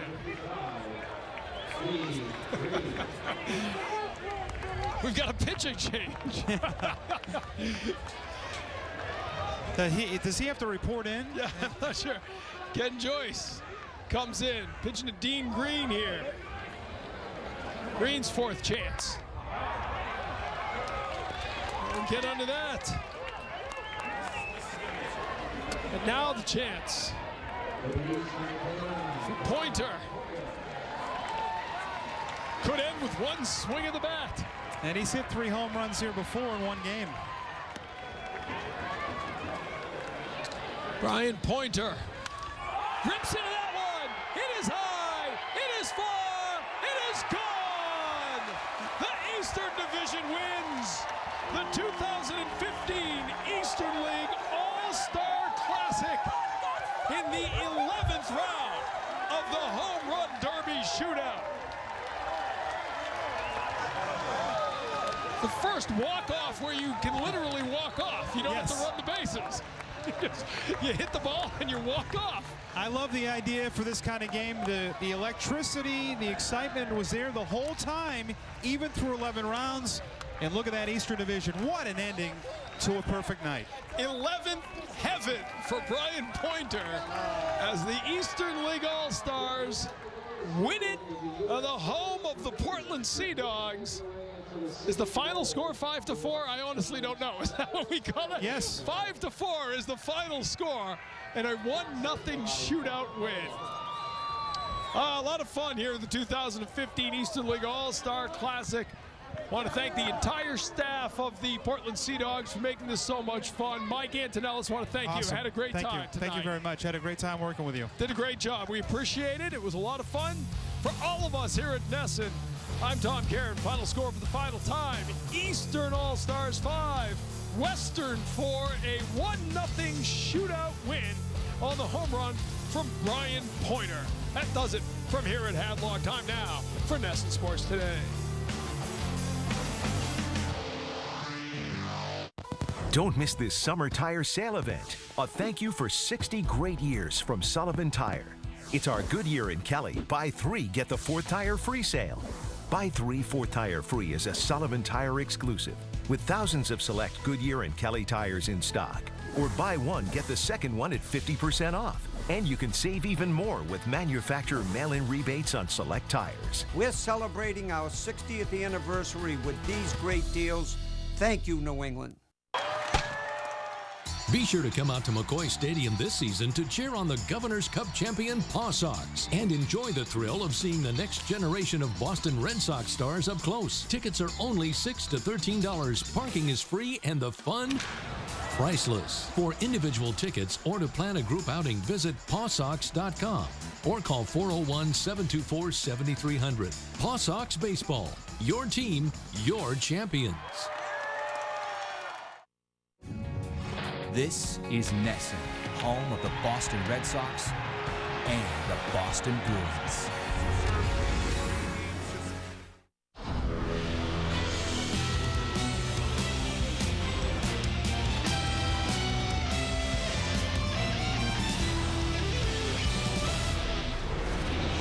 Welcome into Nesson Sports Today, presented by People's United Bank. Jamison Coyle alongside Adam Pellerin. Sounded like we were going to get a Brady appeal ruling today. We didn't, but we did find out that Brady isn't going down without a fight. It would be a shock if Roger Goodell vacates Brady's 4-game suspension. We know that, but most of us are expecting a reduction of some kind. But even a reduced sentence won't be good enough for Tom Brady. According to ABC News, Brady and the NFL Players Association are preparing to take this all the way to federal court if Brady is suspended any number of games. Here's former Patriots linebacker Matt Chatham with his perspective. We've seen leaks of info and planned public statements from each respective side, basically meant to serve as warning shots. From Commissioner Goodell's lame claim that he was open to any new information at the appeal, and now this new leak by the NFLPA that makes it very clear that a punishment of any kind puts Goodell's kangaroo court into the land of big boy legal proceedings. Uncle Roger knows this place very well. That's why the NFLPA is firing these particular shots in the final hours. So Goodell's now forced to make a call. He's got pages of proof that only fool fools. And he's got no precedent of any kind to rule on. And The expanded personal conduct policy he invented in December, it wasn't collectively bargained, so this made-up duty of full cooperation ain't likely to stand, both before any reasonable federal court or the National Labor Relations Board. Roger's in a no-win situation, one that never had to be. Now he either admits his process was incompetent or rules in a way that invites another party to do so for him. Pretty solid chance the 12 is taking snaps for the Patriots on opening day. All right, well, we all remember the text message exchange between the two ball attendants where one refers to himself as the deflator. Well, according to BuzzFeed, it was removed from the Patriots' rebuttal website, which is called Wells Report in Context. It was replaced with a paragraph calling the deflator reference a distraction from the many flaws in the Wells Report. The Patriots have maintained the deflator refers to weight loss and not deflated footballs. Meanwhile, Stephen Gostkowski is set to make more money than any other kicker in the National Football League. Gostkowski signed a 4-year, $17.2 million contract to remain a Patriot. The 31-year-old is set to play his 10th season in New England, matching Adam Vinatieri's time with the Pats. Speaking of putting ink to paper, the Bruins signing defenseman Jacob Zaboral to an entry-level contract. Zaboral was the Bees' top pick in this year's draft, taken 13th overall. The 18-year-old spent last season playing in the Quebec Major Junior Hockey League, where he put up 33 points in 44 games. Zaboral and the rest of the prospects back on the ice for the second day of development camp, and unlike day one, the nerves a little less and the skill level a little better. Sarah Davis has more from Wilmington.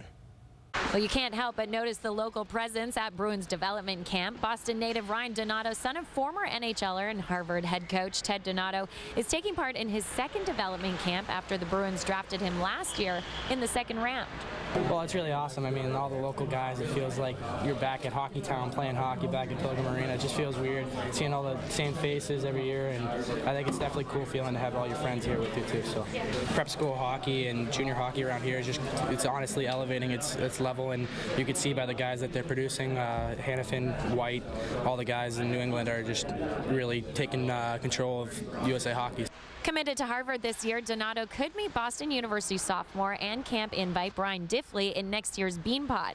Diffley, also a local, is from Burlington, Mass, and trying to make an impact here at camp.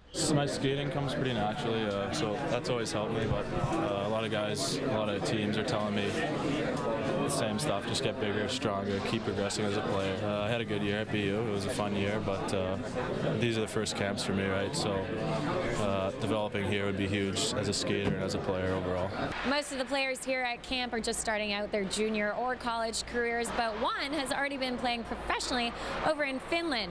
Jonas Kampainen, who signed with the Bees in May, has yet to skate in a black and gold jersey due to a hamstring injury, but he says he's hoping to make his mark this week. Even I'm not in the ice, but it's the first time I see face-to-face everybody here, so I think it's a good chance to give a good first impression. The 27-year-old has played 9 seasons in the Finnish Elite League and knows what he can offer the Spoked Bees. A smart player who plays both ways, so I think my strengths are defensive game and penalty killing. Development camp is all about learning how to be a pro, and that includes the off-ice stuff. Today, a handful of players took a trip to the Legoland Discovery Center in Somerville to hang out with the kids from the Charlestown Boys and Girls Club.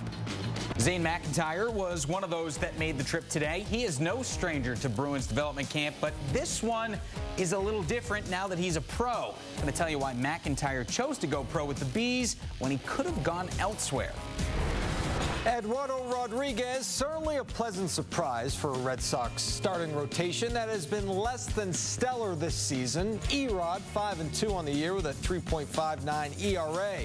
But if the Red Sox are going to get back in the picture in the American League East, the rest of the pitching staff has to follow suit. Here's Tom Caron and Dennis Eckersley with more.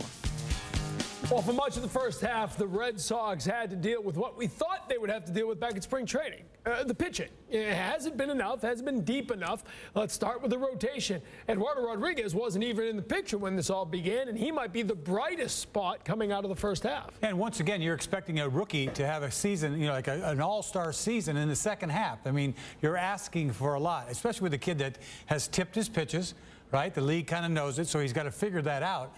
going into the second half. A lot of question marks in this rotation. You know, Porcello probably being the biggest one. He's got to continue. He had a good start before the All-Star break. He's got to continue that. We're talking about Miley. He was okay. There's no fifth starter. That's not necessarily a problem. But the bullpen, is a bullpen deep enough? You know, you got Tazawa and Uehara, but before that, Agondo's had done a nice job for you. Barnes is in trouble right now. They don't know what to do with him. They need help. Whether they have 3 left-handers out there, but you can always use another arm in the bullpen. So going into the second half, it really looks like there's a lot of hoping going on. And when you talk about that bullpen, who could be helping you? Do you have to go out and get somebody? Would Joe Kelly come back? Can Masterson actually be a part of that bullpen long-term? I don't know about that. I mean, you can't count on that. I think you can count on the fact that Joe Kelly will come up and do something, whether it's the bullpen or start again, a great arm to go into the bullpen. So you have something down there. And then you have Brian Johnson, which we haven't seen, and I'm sure he's going to be up here before you know it. Talk about a fifth starter. Is he, you think, the inside track? Does he get the first look? Or do you give Joe Kelly another chance as a starter? Well, I think that both of those. I think Brian Johnson deserves a start. I don't know how long he'll be here, but he deserves one. And then you always have Stephen Wright if you get in trouble. You know, he's always there. But Joe Kelly might be better in the bullpen than he'd be as a starter. That's what I think. Throws hard, but has trouble lengthening it out over the course of a long start. So a lot of questions about the pitching coming into the season, a lot of questions about the pitching coming into the unofficial second half of the season. Well, the Red Sox starters this season, no way to make these numbers look good. The starting staff 9th in strikeouts, 12th in innings pitched, 13 in opponents averaged against, and dead last in ERA. Still to come on SN Sports today, Brady's value to the Patriots is tough to measure, but the Patriots' actual value, that's easy. Straight dollar signs, where the Pats stack up on the Forbes most valuable franchise list. And coming up next, Blake Swihart doing the honors at Hadlock Field for the Eastern League All-Star Game. Highlights from a game you saw right here on NESN.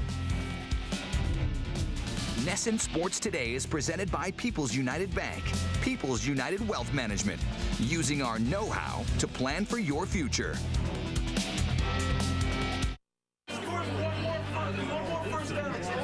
This is the feeling of turning a game you love into a lifetime of cash.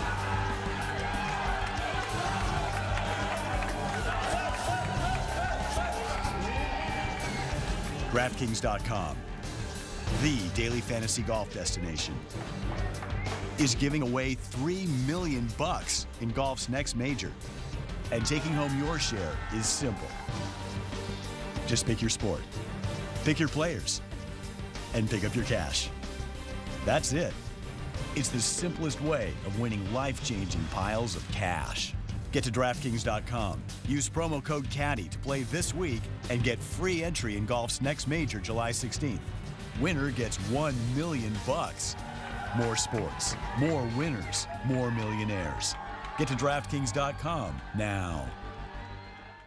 NESN has a new way to start your day off right. NESN Sports Update. Every morning, get a jump on the hottest sports stories happening in New England and see the top plays from last night's game with the exciting calls as they happened. NESN Sports Update every morning on NESN. Looking for name brand tires? Stop looking. Town Fair Tire has them all. Michelin, Goodyear, Bridgestone, Firestone, BF Goodrich, General, Uniroyal, and more. Every brand at the guaranteed lowest price. Nobody does it like Town Fair Tire. Nobody. Town Fair Tire.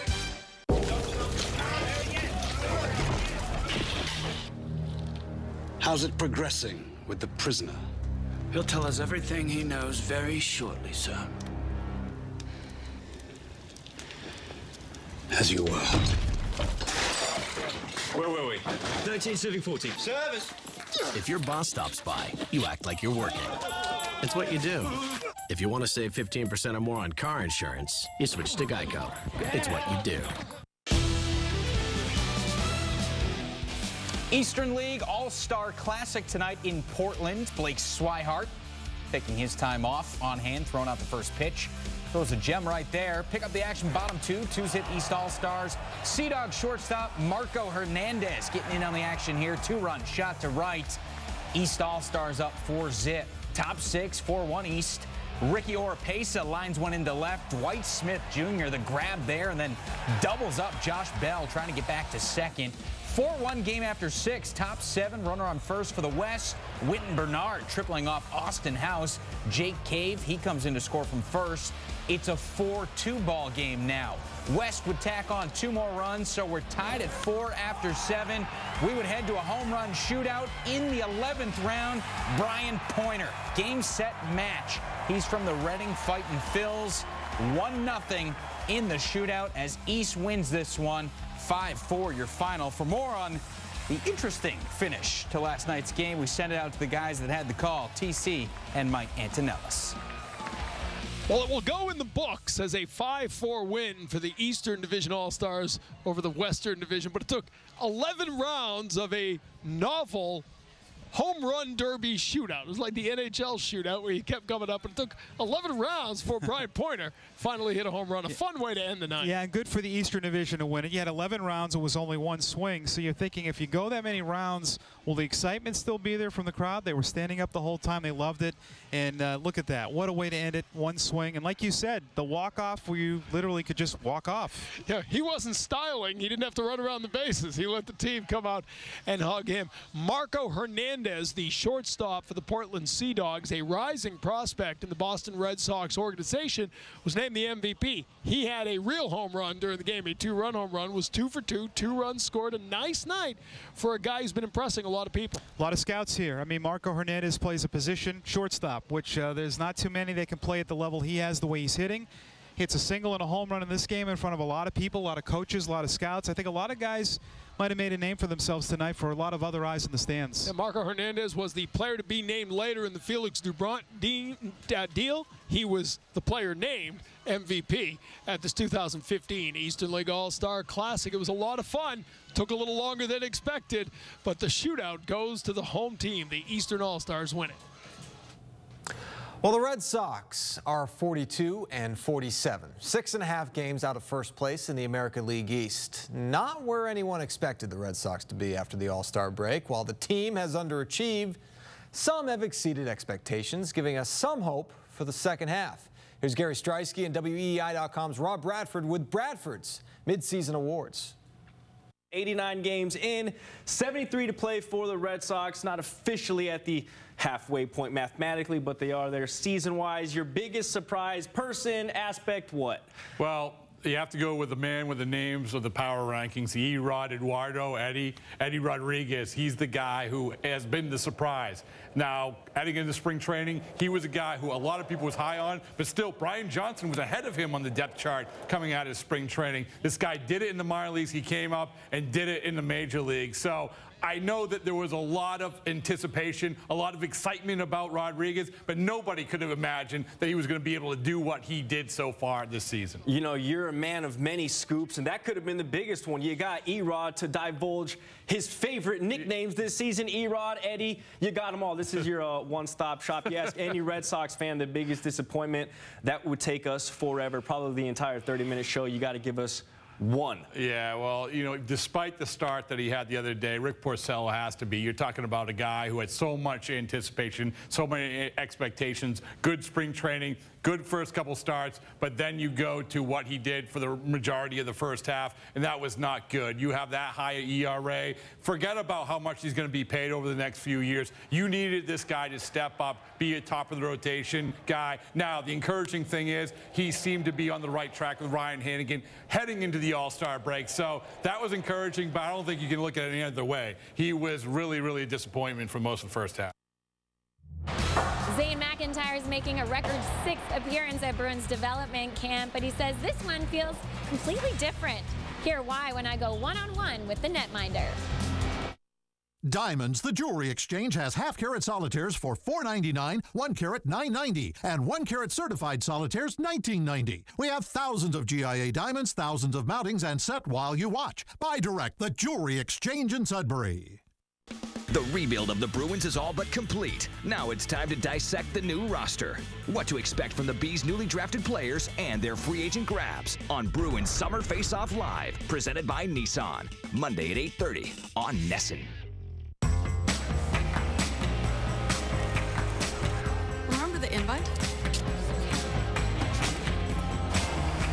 make reservations? Absolutely. Remember the tickets? Remember where we parked? Absolutely. The generously appointed Lexus ES and ES Hybrid with leading-edge connectivity. Unforgettable. The clock is ticking on the Toyota Summer Closeout. Don't miss out on closeout savings. The Toyotas are going fast. Time to get them, don't wanna miss a thing. Save now with a $227 a month closeout lease on a Tacoma Decab 4x4 with no cost maintenance included. Or get a $329 a month Tundra lease with no cost maintenance. Hurry, the savings end soon. Don't wanna miss a thing. Toyota, let's go places. Hey kids, want to learn more about baseball and your favorite Red Sox players? Well, now you can with the all-new NessonClubhouse.com. How long will it take Wally to run around the bases? It's got everything you need, videos, games, and a whole lot more. I missed a bone, God. Plus, go to NessonClubhouse.com each week to enter your photo caption for the Boston Globe freeze frame, and it can be shown on the next Nesson Clubhouse. NessonClubhouse.com, where kids run the show. Zane McIntyre is a seasoned vet when it comes to development camp. This year is number 6 for him, but he's first as a pro after finally inking an entry-level deal with the Bees last month. Sarah Davis caught up with the Bees goalie, who, because of a loophole in his contract, could have signed with another team, but wanted to stay with Boston. Going into every summer before this, I was preparing for my season back at school or back at junior hockey, and now it's a different process, I guess. You know, we're taking steps to prepare for training camp for the start of the season to get kind of comfortable with being a professional, and this is definitely an exciting step coming back to development camp as we go forward and being a pro. So the Bees drafted you in 2010, and in your agreement there was a loophole that would have allowed you to become an unrestricted free agent this year, but you decided to go ahead, sign with Boston.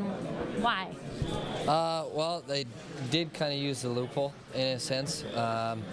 There's been a lot that's been going into the process of my development, of being patient, of trusting the process and trusting the system that, hey, this was the next step, and the next step was with Boston and becoming a Bruin. Okay, so the last couple days you've been spending some time with goalie coach Bob and Senza. What specifically have you guys been working on? We've been doing some stuff with post play, things like that in that nature, whereas I gotta maybe work on the next part of my game would be around the net or situations like that. So just another day of getting better and always improving on my game, and it's obviously great to have goalie Bob out here too, to have an experienced mind and a guy with wealth of knowledge too to help me out.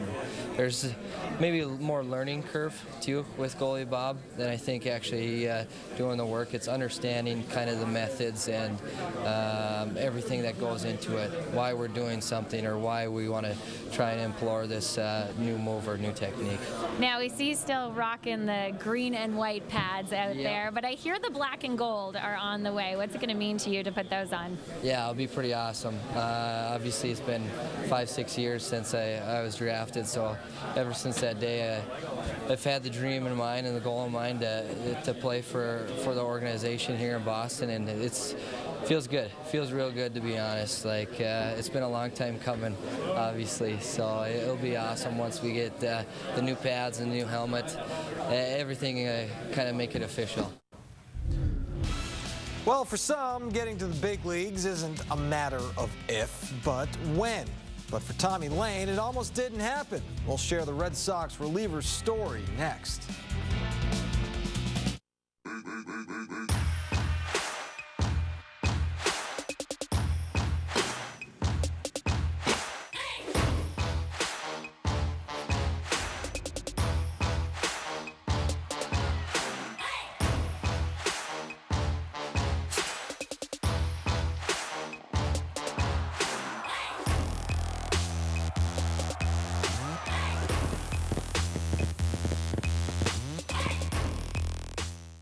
My business is better than ever. If I could streamline cash flow, we could put the pedal to the metal. Our treasury management services can handle it all, so you can load them up and move them on out. Well, some of these rigs are clocking 7 digits on the O-dial. We'll finance a track lease, get you some shiny new Rooster Cruisers. Now you're talking. House 95 coming out of NYC, over. Chatter on the line says take it slow. There's county mounties watching the road. At People's United Bank, 10-4. know-how starts with knowing you. A pitcher who can paint the corners is known as a Rembrandt. At GMC, we get why people love that kind of precision. After all, in everything we build, that's exactly what we deliver. This is precision. This is GMC. Now get over $9,300 total value on specially equipped Sierra SLE models in stock the longest. Find your dealer at newenglandgmc.com. Town Fair Tire has the guaranteed lowest price on every name brand tire you choose. Plus, we're your rebate headquarters. We'll beat any competitor's price any day. And we'll match the rebates on all the top brands. Toyo, Michelin, Bridgestone, Goodyear, Hankook, and more. For today's rebates, stop into any of our 87 locations or visit townfairtire.com. Because when it comes to saving you money, nobody beats Town Fair Tire. Nobody! Main brands at discount prices. Town Fair Tire. When Tommy Lane signed with the Red Sox in 2013, it didn't receive much fanfare, and why would it? The 29-year-old had all of 25 innings of Major League experience.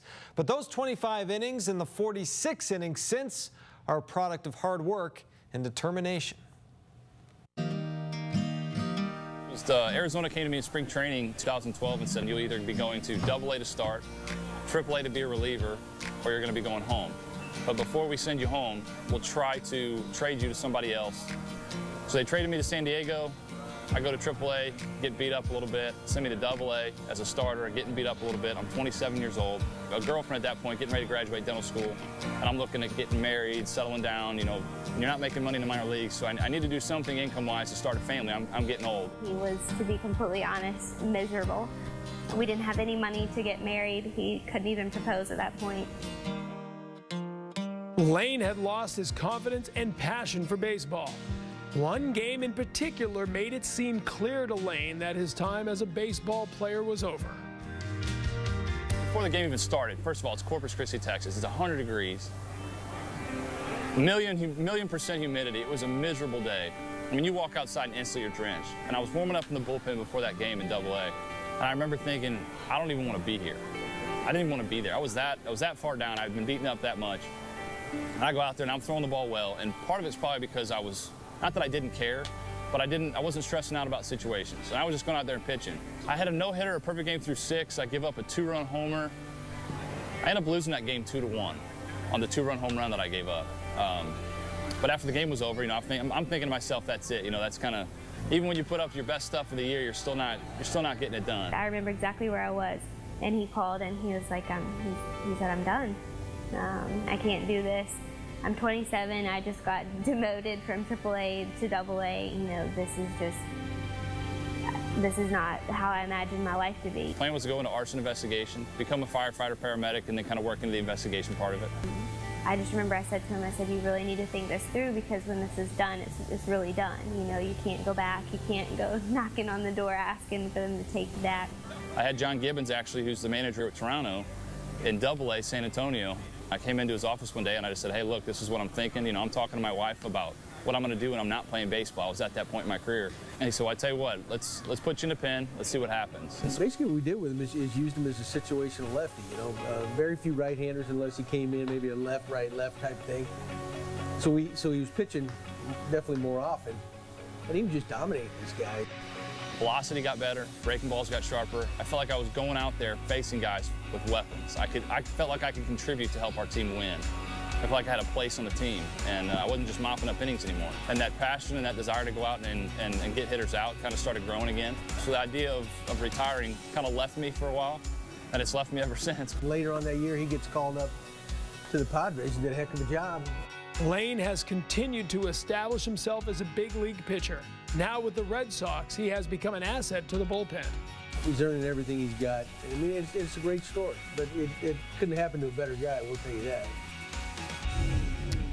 Mo money, mo problems. The Patriots have a pretty big problem right now with Deflategate. They also have a pretty big stack of cash, according to the latest Forbes list.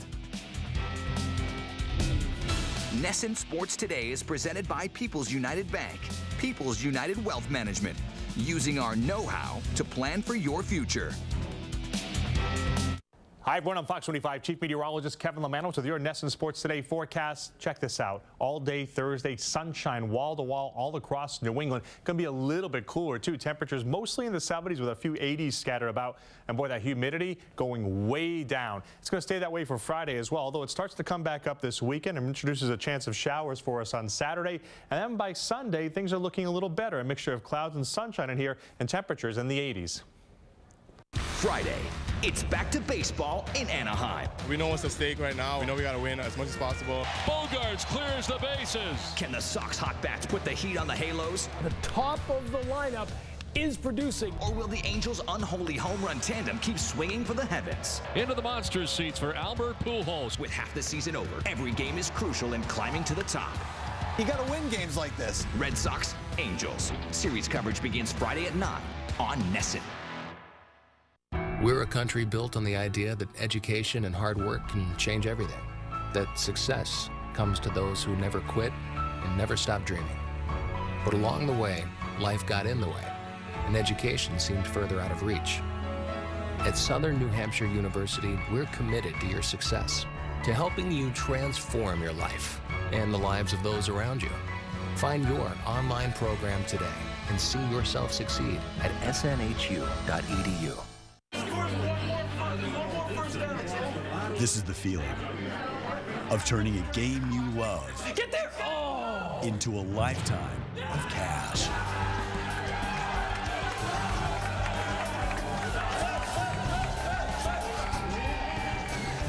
DraftKings.com, the daily fantasy golf destination, is giving away $3 million in golf's next major.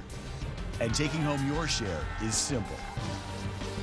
Just pick your sport, pick your players, and pick up your cash. That's it. It's the simplest way of winning life-changing piles of cash. Get to DraftKings.com. Use promo code CADDY to play this week and get free entry in golf's next major July 16th. Winner gets $1 million. More sports, more winners, more millionaires. Get to DraftKings.com now. Back on NESN Sports Today with everything you need to know, presented by People's United Bank. With too many guards on the roster, somebody had to go. It turns out it's Phil Pressey. The Celtics waived Pressey just hours before his contract was set to become fully guaranteed. 3 New England teams ranked in the top 20 on the annual Forbes list of most valuable sports franchises. The Patriots, the top dog, tied at number 6 with the Lakers worth $2.6 billion with a B dollars. Red Sox tied for 12th with the New York Giants worth $2.1 billion. And the Celtics ranking 20th with the Chicago Bears at $1.7 billion. Real Madrid topping the list at $3.26 billion. And the Yankees and Cowboys tied for 2nd at $3.2 billion. Apparently, hockey team, you don't want to own them. You don't make billions. Only one team in the top 50, the Leafs. There's that. But you're a billionaire. Yeah, I know you're all about that stuff. Yes.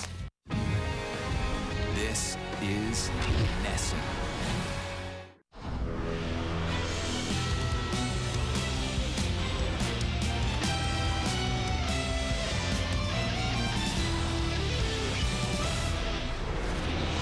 Welcome into NESN Sports Today, presented by People's United Bank. Jameson Coyle alongside Adam Pellerin. Sounded like we were going to get a Brady appeal ruling today.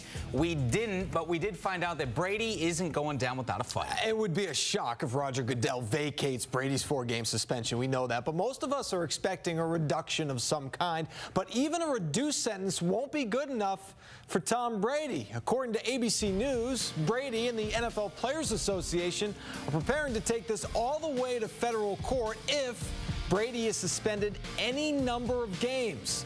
Here's former Patriots linebacker Matt Chatham with his perspective.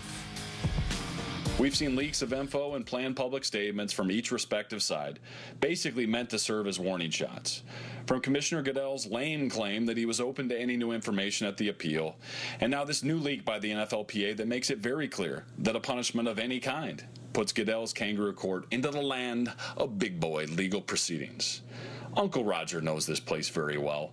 That's why the NFLPA is firing these particular shots in the final hours. So Goodell's now forced to make a call.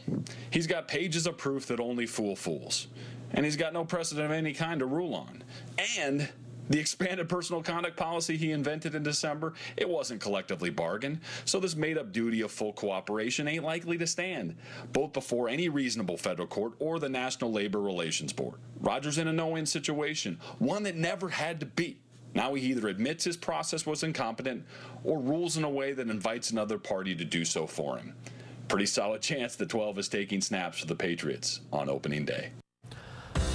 All right, well, we all remember the text message exchange between the two ball attendants where one refers to himself as the deflator. Well, according to BuzzFeed, it was removed from the Patriots' rebuttal website, which is called Wells Report in Context. It was replaced with a paragraph calling the deflator reference a distraction from the many flaws in the Wells Report.